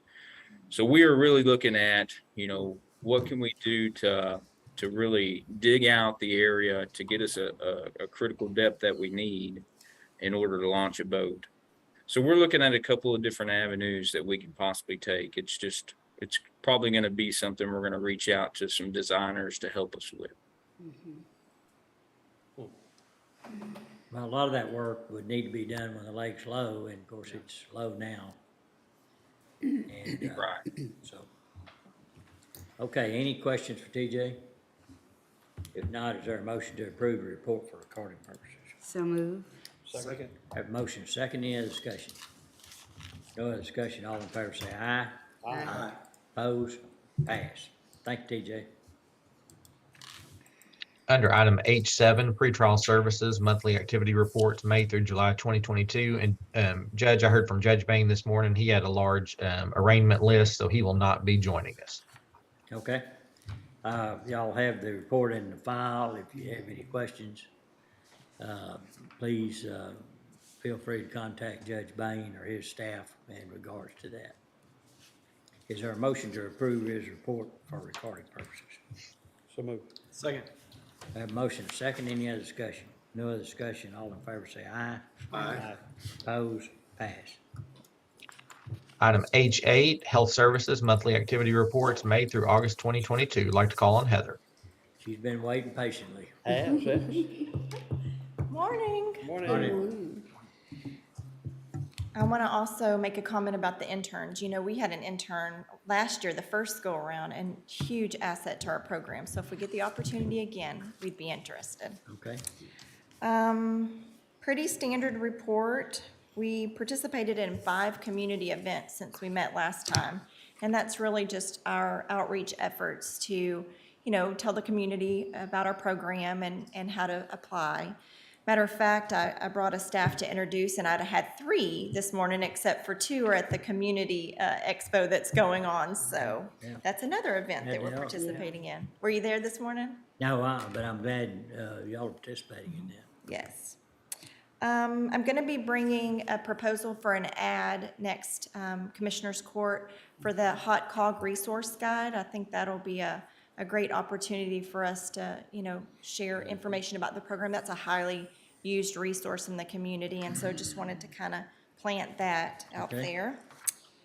We're holding steady with our active caseload. We have about 310 average that we've maintained all year, which if you'll look at this bar chart here, you can kind of see where we had a downward trend in previous years, and now we're having that upward tick where we're starting to increase in our program numbers. So kind of decreased with COVID and now increasing afterwards. So I included our net claims paid just so that we can kind of watch that, because I know we're hoping to slide in right at budget this year, and I think we're projected to do so. And thinking about budget, I know that Zane mentioned that we might have the potential need coming up for, additional burial space. I think when I assessed it, when I very first started, we were looking at 9 or 10 years projecting out based on burials. But I've kind of gone back and looked at a 3-year number, and we really fluctuate. Like in 20, we had 16 burials, and FY21, we had 9. Well, then this year we've already had 17. And that's just burials, that's not cremations. So it just fluctuates so much, it's hard to get a good average. And so I think if we can just have it on our radar, if an opportunity comes up for more property. What determines burial versus cremation? How is that determination made? So generally, if they're unclaimed, and so, if there's family that can identify, a lot of times the family won't even sign, so then they still become unclaimed because they're abandoned. And so in those cases, we do have the discretion to still cremate because they're not unidentified, but we generally err on the side of caution with some of those cases, just in case, an additional family member comes up and was unaware. But generally, they're only reserved for our completely unclaimed folks. So homeless, transient, we're never able to identify family.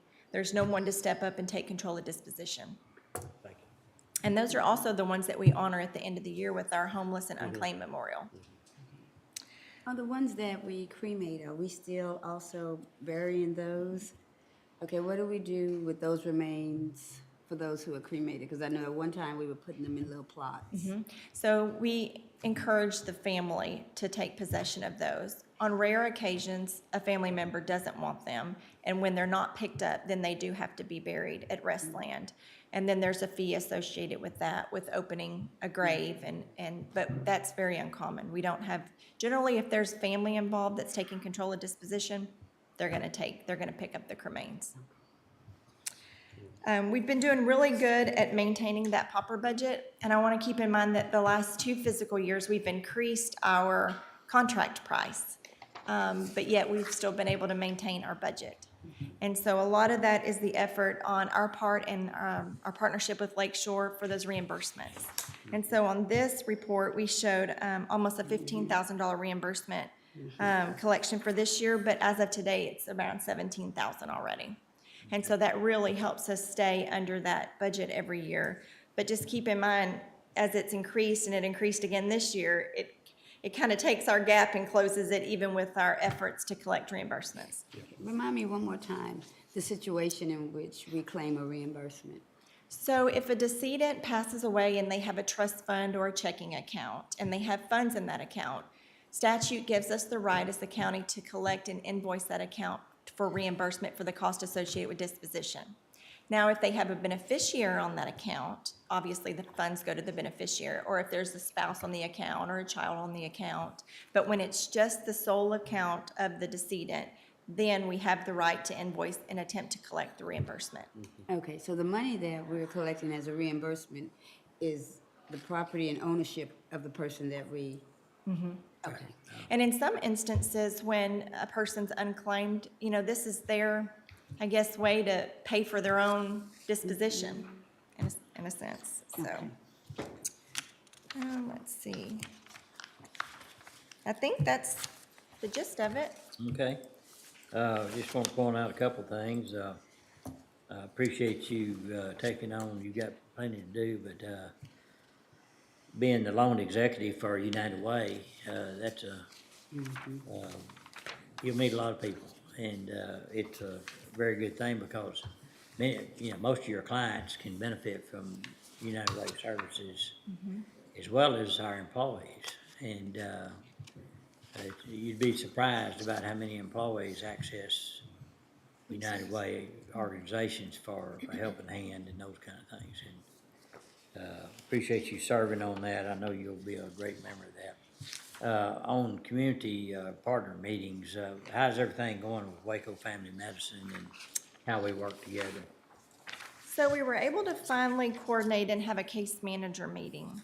And it wasn't what I anticipated, but it was fruitful. We were able to, answer any questions that their staff had about our eligibility. We were able to, brainstorm opportunities that we can work more closely together. There still hasn't really been any changes in how we do that, but I will say our referrals have increased from them. So I do think continuous discussions and attempts at discussions are generating some, good outcomes for our community. They are in the transition of having a new eligibility director, and so once that person, is hired, then I think we'll kind of start all over again with our efforts to coordinate better communication. Might not be bad. So. Yeah, so I'm hopeful. We really are, such strong benefits to our community. I just really wish we could, partner more strongly, but we will. We just have to get there. Get there. I know you drew the short straw between the two of us on that funding subcommittee for the Public Health District. Have they met? That committee they were going to put together to look at our the contracts. Right. We've not met again. And so we've not met since last quarter. And at that time, we were still brainstorming the language. And so we've not met again. I'll actually follow up on that and see where we are, but nothing's happened so far. Okay, because they're looking at the funding formula for the participating entities. Right. I know. And I'm trying to remember the statute number that applies to. I can't think of it, but. And I think the result's gonna be, it's gonna cost us more money. Well, I don't know, maybe Heather's an artful negotiator. I've not come across that yet, but I'll keep you apprised of what I find out. Okay. All right, well, we appreciate you serving on all those capacities representing the county, and appreciate you doing that. All right, are there any questions? Oh, did you want to introduce? do. All right. John? Good morning, how y'all doing? So this is John McIntosh, and he is our eligibility specialist, and he started shortly after I did. He's my only hire that, because I inherited such a seasoned program, but he probably takes care of about 80% of our folks that walk in the door. Okay. Huge asset to our department. Good. Well, Couldn't do what we do without him, so. very And he nice to came meet from you, the John. state, Nice to and meet so you. lots Thank of you. good experience. Thank you. Okay, good. He knows his way around then. Yeah, and he's our mail in the office, and so he is such a terrific team player. Well, hang in there. Nice meeting all y'all. Thank you. Thank you. Thank you, John. We can help you, let us know. Sir. All right. Unless it's a complaint about me. Is there a motion? That's right. Did I already do the motion?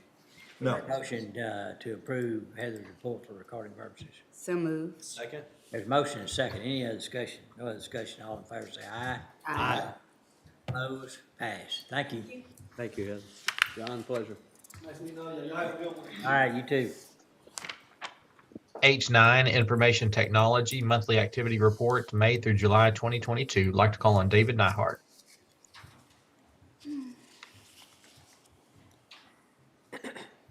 Morning, David.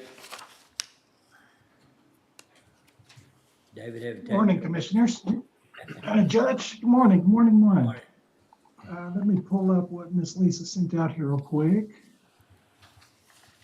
I've got it.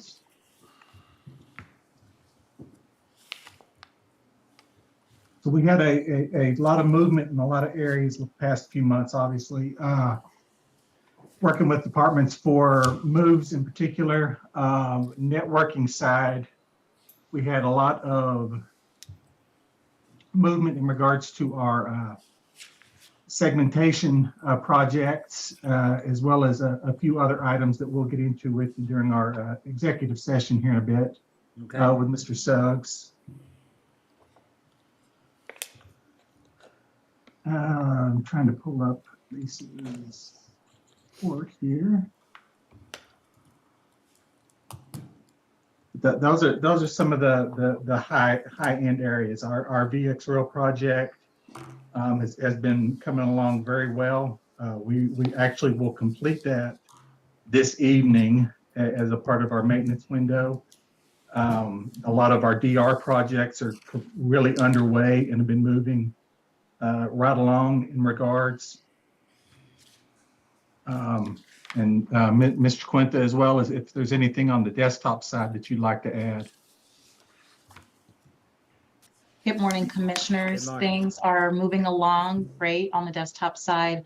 We've completed all of the FY22 deployments, and any of the pre-orders that were going out for FY23 have been completed. We have put a pause on those purchases just to make sure that those items can come in before the end of the fiscal year. And outside of that, we're just keeping the maintenance rhythm going and, taking Yes, care of any ma'am. unexpected tasks that come our way. Yes, ma'am. If there's anything in particular on the reports that y'all have questions on, we can delve into those as well. Yeah, and like Absolutely. you say, we are going to have an executive session item here shortly, so we'll learn more about current activity through that. All right. Yes, sir. All right, each one has the report in their package. Is there any questions anyone would have? If not, is there a motion to approve that report for recording purposes? So moved. Second. Have a motion second. Any other discussion? What staffing level are y'all at right now? How would you, how many short are y'all? We are short 3 positions, sir. Yes, ma'am. Any other questions? All approve? Aye. Aye. Aye. Opposed? Pass. Next. All right, under item H10, Human Resources, Monthly Activity Reports, May through August 2022. Anna? Thank you. So my report this quarter is a standard data I've been providing. There was an additional component or piece that I provided and wanted to highlight for the court this quarter, and that's our recruitment activity over the past few months. HR's been making a huge push for advertisement campaign, and we believe the numbers show that it is working. So we've been partnering very closely with the Sheriff's Office and Juvenile Detention Center to get applications up, and they are. So we're seeing an upward trend these past few months in applications received countywide and then specific to those two particular facilities, the jail and the juvenile detention center. We're seeing an uptick in applications, a decrease in days to fill positions. And the applications, they're not yet what they were prior to the pandemic back in 2019, but it is a significant increase. So we're hopeful that we can maintain that increase. So just as example, in 2019, on average, we would get about 500 applications for employment a month. In April of this year, it got down to as low as 141 applications a month. But now this month, missing a few days of data, we're at 377. So it's coming back up. I think these efforts, in addition to the court's approval, recent increases we're seeing the results of that through applications received. Some of the advertisement campaigns we've been pushing are Facebook ads. We did update and redesign the McLennan County HR webpage. IT also helped us with making an employment alert banner on the main county page, accessible and very visible to visitors of the county website that may not initially have visited for employment purposes.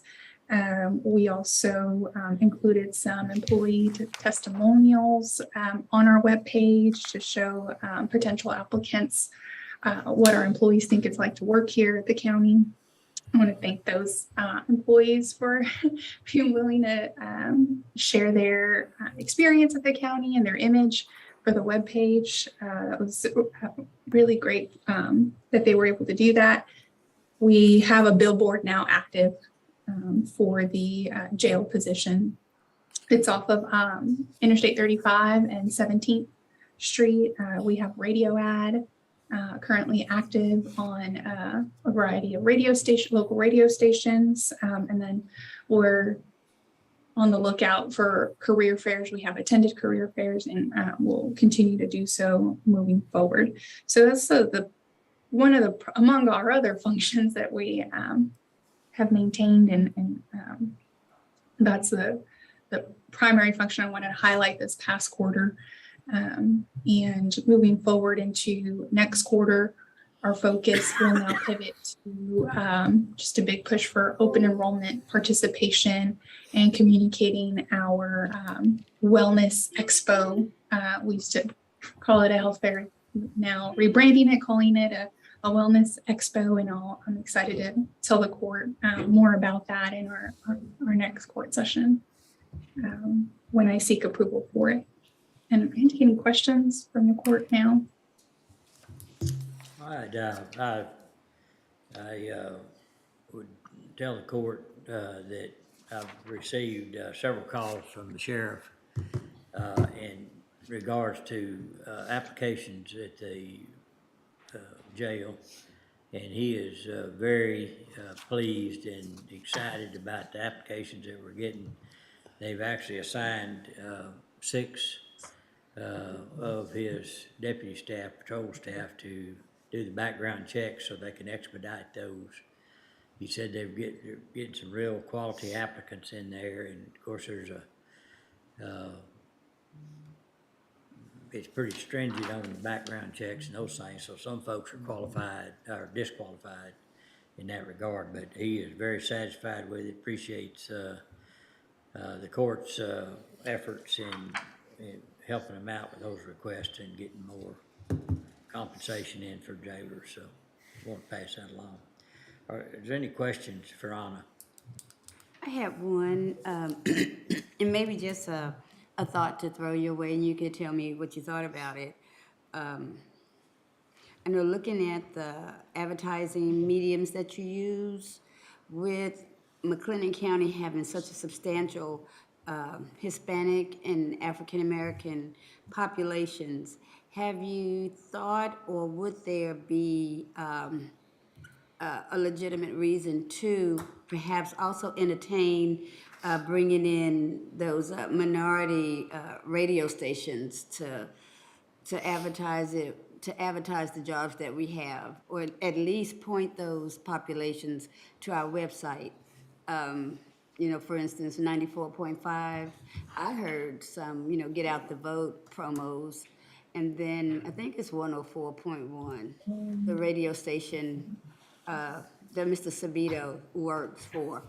And I guess I'm trying to get the information into those substantial populations to kind of maximize maybe the turnout for people applying for our jobs. Because I think if I add it, they come to about just a little under 40% of McLennan County population. Is that a thought, or is that a... So I can ensure radio is targeting those. So with radio, it's a package purchase through iHeartRadio, and it is a variety of radio stations. The numbers you gave, I'll need a reference to see if it's a part of that package. But they provide us a confirmation of demographics reached in age, ethnicity, and race. And so we did ensure that those figures were diverse and reflected diversity of our county. So that we did check for, but the specific radio stations, because they refer to them as the letters and not the numbers, I'll need to double check them before I confirm, yeah, we were on that radio station. So I don't know them off the top of my head. I can provide you the specific stations in an email. Okay. And I guess I'll look forward to the information. I just want to, I know sometimes with a package, they look at a geographic area and they're looking at a breakdown of demographics, but that doesn't necessarily mean that those people are listening to that radio station. So if you have a local radio station that you know that population of people are actually listening to, I think we might get more bang for the buck, but it's not to say they're not on your list, because I'm specifically looking for, I think it's 104.1, the local Hispanic radio station. I'm gonna verify that with Mr. Sabito and Mr. Solano. And then I know it's 94.5, and it might be another one, but I do know 94.5. And just as we're doing a good job, I did get a call from the sheriff saying he was impressed with the applications coming in, but just to make sure that we're casting that broad net that we're trying to do. Yes, ma'am. I will check on those two specific stations, and then, of course, have that lens as we are looking at new campaigns moving forward, definitely. Okay. I don't think there used to be, I hated when Ernesto Fraga got sick. They used to do Tiempo magazine a long time ago. In fact, doesn't even live here anymore. He's a good friend. So I'm not exactly sure what that print medium looks like for that population, but I do know the anchor news that we even keep, in our county facilities, in the foyers of our county facilities. Just a thought, if we're looking for a print medium to maybe put an ad in the paper, because I know that she has a broad reach across Waco and parts of Central Texas. And just to get our information out in as many venues as possible. It's not a complaint of what you're doing, because you're doing wonderful. Just a thought to share with you. Yes, thank you for sharing. Yes, we're definitely taking that back. Oh, okay. Commissioner Smith, Lale, 104.1. 104.1. Okay, 104.1, and it's LALEY. Is that Hector's radio station? That's Hector. Okay.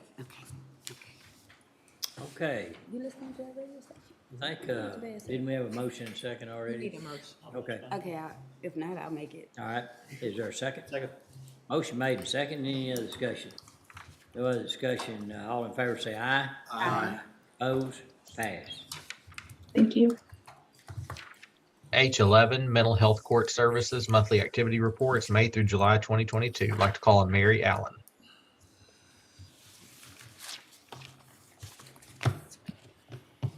Morning, Mary. Good morning.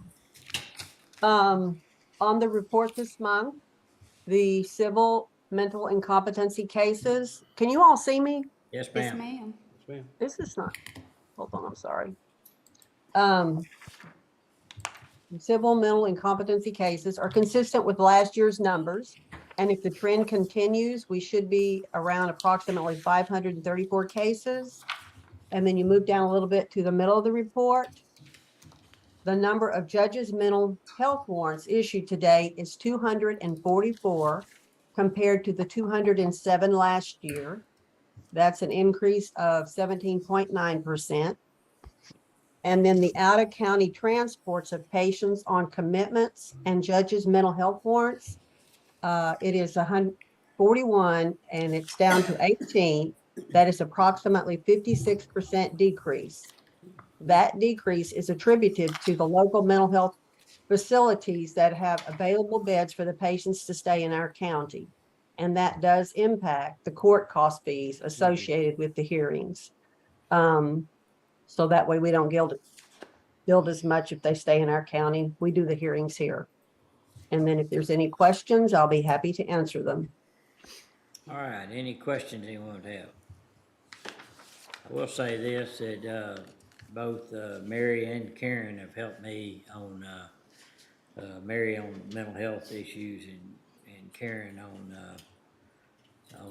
guardianship for people in need that need to be rushed. And there was an urgency to do it. They stepped in, which they always do, very dependable, and know how to move through the process very efficiently. And so Mary works with both Judge Hodges and myself. And so that, Mary, I'm assuming that's working pretty good for you. And Yes, sir. It's working good. Very good. Thank you. all right. Are there any questions anyone would have? If not, is there a motion to approve the request, approve the report for recording purposes? Second. Have a motion second. Any other discussion? No other discussion. All in favor say aye. Aye. Opposed? Pass. Thank you, Mary. Yes, sir. Item H12, Texas A&M AgriLife Extension Service Monthly Activity Reports, May through July 2022. And Judge, no one will be in court for these reports. Okay, the report's in your packet. I will say that watching that group run their different programs has been very interesting. I've been around it all my life, but this past Sunday they had an awards banquet in 4-H, and I was surprised to see a couple of the commissioners there. I mean, not surprised, but pleasantly. Well, I've already stepped in it. But It's over. yeah, I know it. But Commissioner Smith and Commissioner Perry were there, as well as State Representative Doc Anderson, Senator Brian Birdwell, and Congressman Pete Sessions. And room was packed, and they had a lot of awards and scholarships that were issued out. And it's I think they're doing a fine job. Agreed. Is there anything in the report, any questions anyone have? If they have anything specific that Dr. McClellan can help them with, or I can, well, please let us know. Otherwise, is there a motion to approve the report for recording purposes? So moved. Second. Motion been made and second. Any other discussion? No other discussion. All in favor say aye. Aye. Opposed? Pass. That completes the department head reports. Judge, we do have a few action items. Yeah. Want to go to those now or take a break? Let's keep going and then we'll take one executive session. All right, under item F2, authorization of interlocal cooperative agreement with Bruceville Eddy Independent School District for road patchwork. Commissioner Smith? It's just a standard interlocal, asking us to do some work there on their campus. Okay, is there a motion? So moved. Second. Motion made and second. Any other discussion? No other discussion. All in favor say aye. Aye. Opposed? Pass. F3 is regarding the McLennan County Group Health Plan, authorization of automatic renewal for Medicare Advantage with prescription drug benefits group agreement with United Healthcare Insurance Company, including approval of premium rates for 2023 benefit plan year. Anna? Yes, this is a request to approve the automatic renewal for the Medicare Advantage group plan. This is the plan that's offered to our retirees over the age of 65. And the plan will take effect January to December of this coming 2023 year. There are some enhancements to the coverage being offered to the retirees in the form of a personal emergency response system. Routine vision enhancement is being added or expanded, and periodontal maintenance as well, offering regular dental cleaning for folks who have a history of gum disease. And so there is an increase in the rate. It's currently $197.82 per member per month. And the proposed 2023 rate is $203.15, so an increase of $5.33 per member per month for that rate. The enhancements as well as the rate was reviewed by the benefit committee along with Randy McGraw, our benefit consultant. He does say that this increase in rate he is seeing as a standard practice for the plan year, just industry wide, and but does recommend both the enhancements and moving forward with the automatic renewal. And I can take any questions from the court if there are any. Any questions anyone have? The personal emergency response system, I didn't see any cost associated with that. If somebody needs it, then they pay for that system? So it would be something that's covered under the plan, and it's just something to help if there's an emergency, providing that notification if that person's living on their own. But I can get more details on that specific benefit, sir. Okay, all right. Thank you. You're welcome. Any other questions? If not, what's the pleasure of the court? Move to approve. Second. Motion made and second. Any other discussion? No other discussion. All in favor say aye. Aye. Opposed? Pass. Thank you. Thank you. F4 is reauthorization of the current intergovernmental agreement and lease of facility with Heart of Texas Behavioral Health Network, formerly Heart of Texas Region Mental Health Mental Retardation Center, this Community Crisis Triage and Respite Center. This is our annual agreement with Heart of Texas Behavioral Health Network, where we lease to them the old juvenile facility at 1200 Clifton Street for $1 per year. We do provide maintenance on the property, but Heart of Texas provides the first $10,000 of ordinary maintenance, then we pick up anything over and beyond that. And we also provide utilities to the facility as well. Okay, and I think TJ's on if anybody has any questions about that. If not, what's the pleasure of the court? Move to approve. Second. Have a motion and second. Any other discussion? No other discussion. All in favor say aye. Aye. Opposed? Pass. Under item G, grant proposals, G1 is just on here. It's the ARPA discussion. I don't believe we have any updates today unless the court has any thoughts or questions. Okay. All right, let me scroll down, Judge. All right. All right, I think we can drop down to I2, authorization of space allocations. I2A is regarding the 4th floor courtroom and courthouse for the 74th District Court. and I2Bs regarding the first floor offices and annex building for specialty courts. And I will share my screen if that's okay. All right. What you see before you is the fourth floor courtroom. This is the old law library on the fourth floor that we had designated as a temporary courtroom before. It was used by specialty court, the mental health court. They are relocating to the first floor of the annex building, which I'll scroll down just a second to show. But this is the layout of that courtroom, and what was discussed last week and it was approved was a modification on this side of the courtroom to provide some storage for Judge Coley. So this would move the 74th court and Judge Coley to the fourth floor of the courthouse. Previously, we had approved flex space to be used by the specialty court. What you're looking at here is the first floor of the annex building. Large area on the left is the visiting courtroom. We'd identified this office outside, which had been used by the district clerk. And that's going to be used by the specialty court. And then this area here in red are the offices and the small hearing room that were utilized by CPS and Judge Mankowski and her court clerk. And then this action item is to designate that as space to be used by the specialty court, including that small hearing room. And TJ, Ken, and Zane, they're on. If anybody wants to add anything or any questions, we can try to answer them. Any questions anyone have? No. Okay. What's the pleasure of the court? Move to approve the recommendations. Second. Motion been made and second. Any other discussion? No other discussion. All in favor say aye. Aye. Oppose? Pass. I3 is discussion and or action regarding scanner purchase from IT Assessment Fund for archives records management. I'd like to call on Claire and Francis.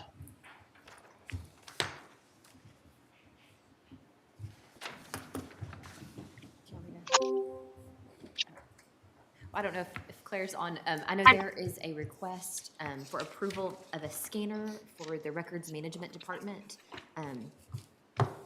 If Claire wants to speak on it more. I'm on. I'm here. Okay, good. Okay. Can you hear me? Yes, we have 2 high volume scanners that we use every day to scan our sheriff's daily work and the DA dispositions as well as adult probation records.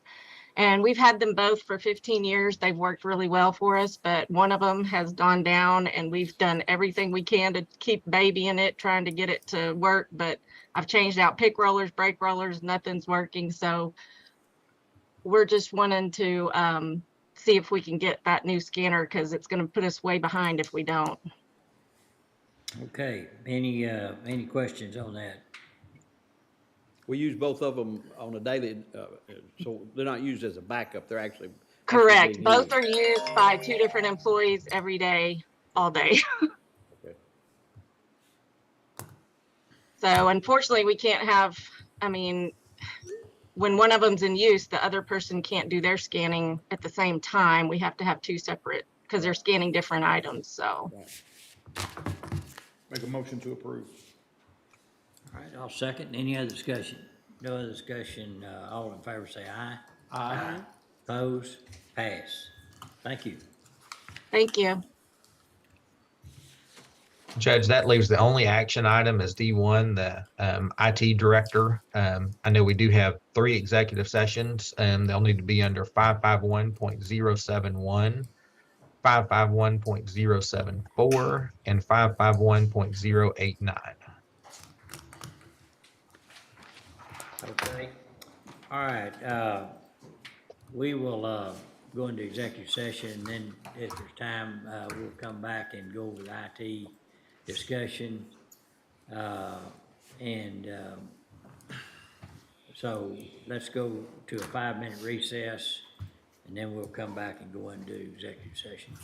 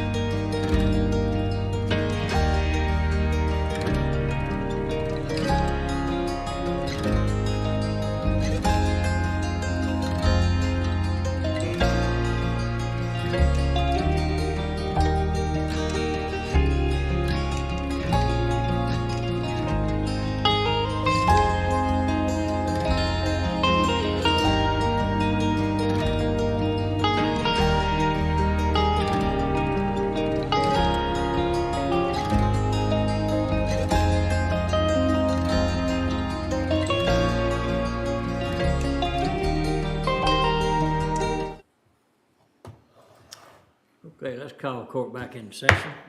All right, Dustin, if you would go back over the government codes of each one, and then also the order that we will do these in. We have 3 different issues.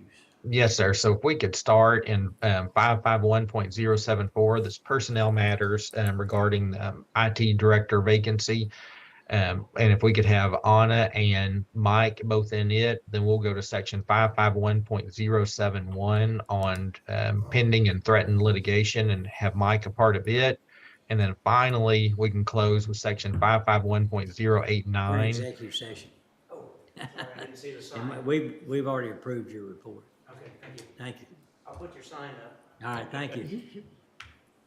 Then finally go to 551.089 for security devices and audits with on network security information. And we can have members Brandon and David and Shaquenta and other members of the IT team available. Go to executive. Yeah.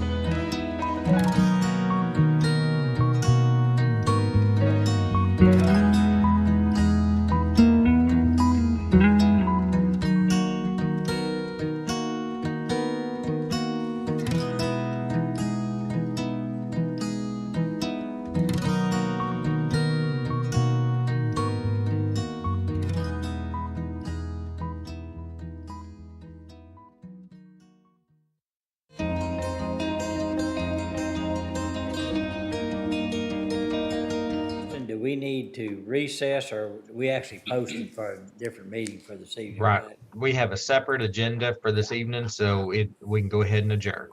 Okay, so reminder, there'll be a meeting at 5:30 in a public hearing, and then vote on the final tax numbers. All right, if there's nothing else, we stand adjourned.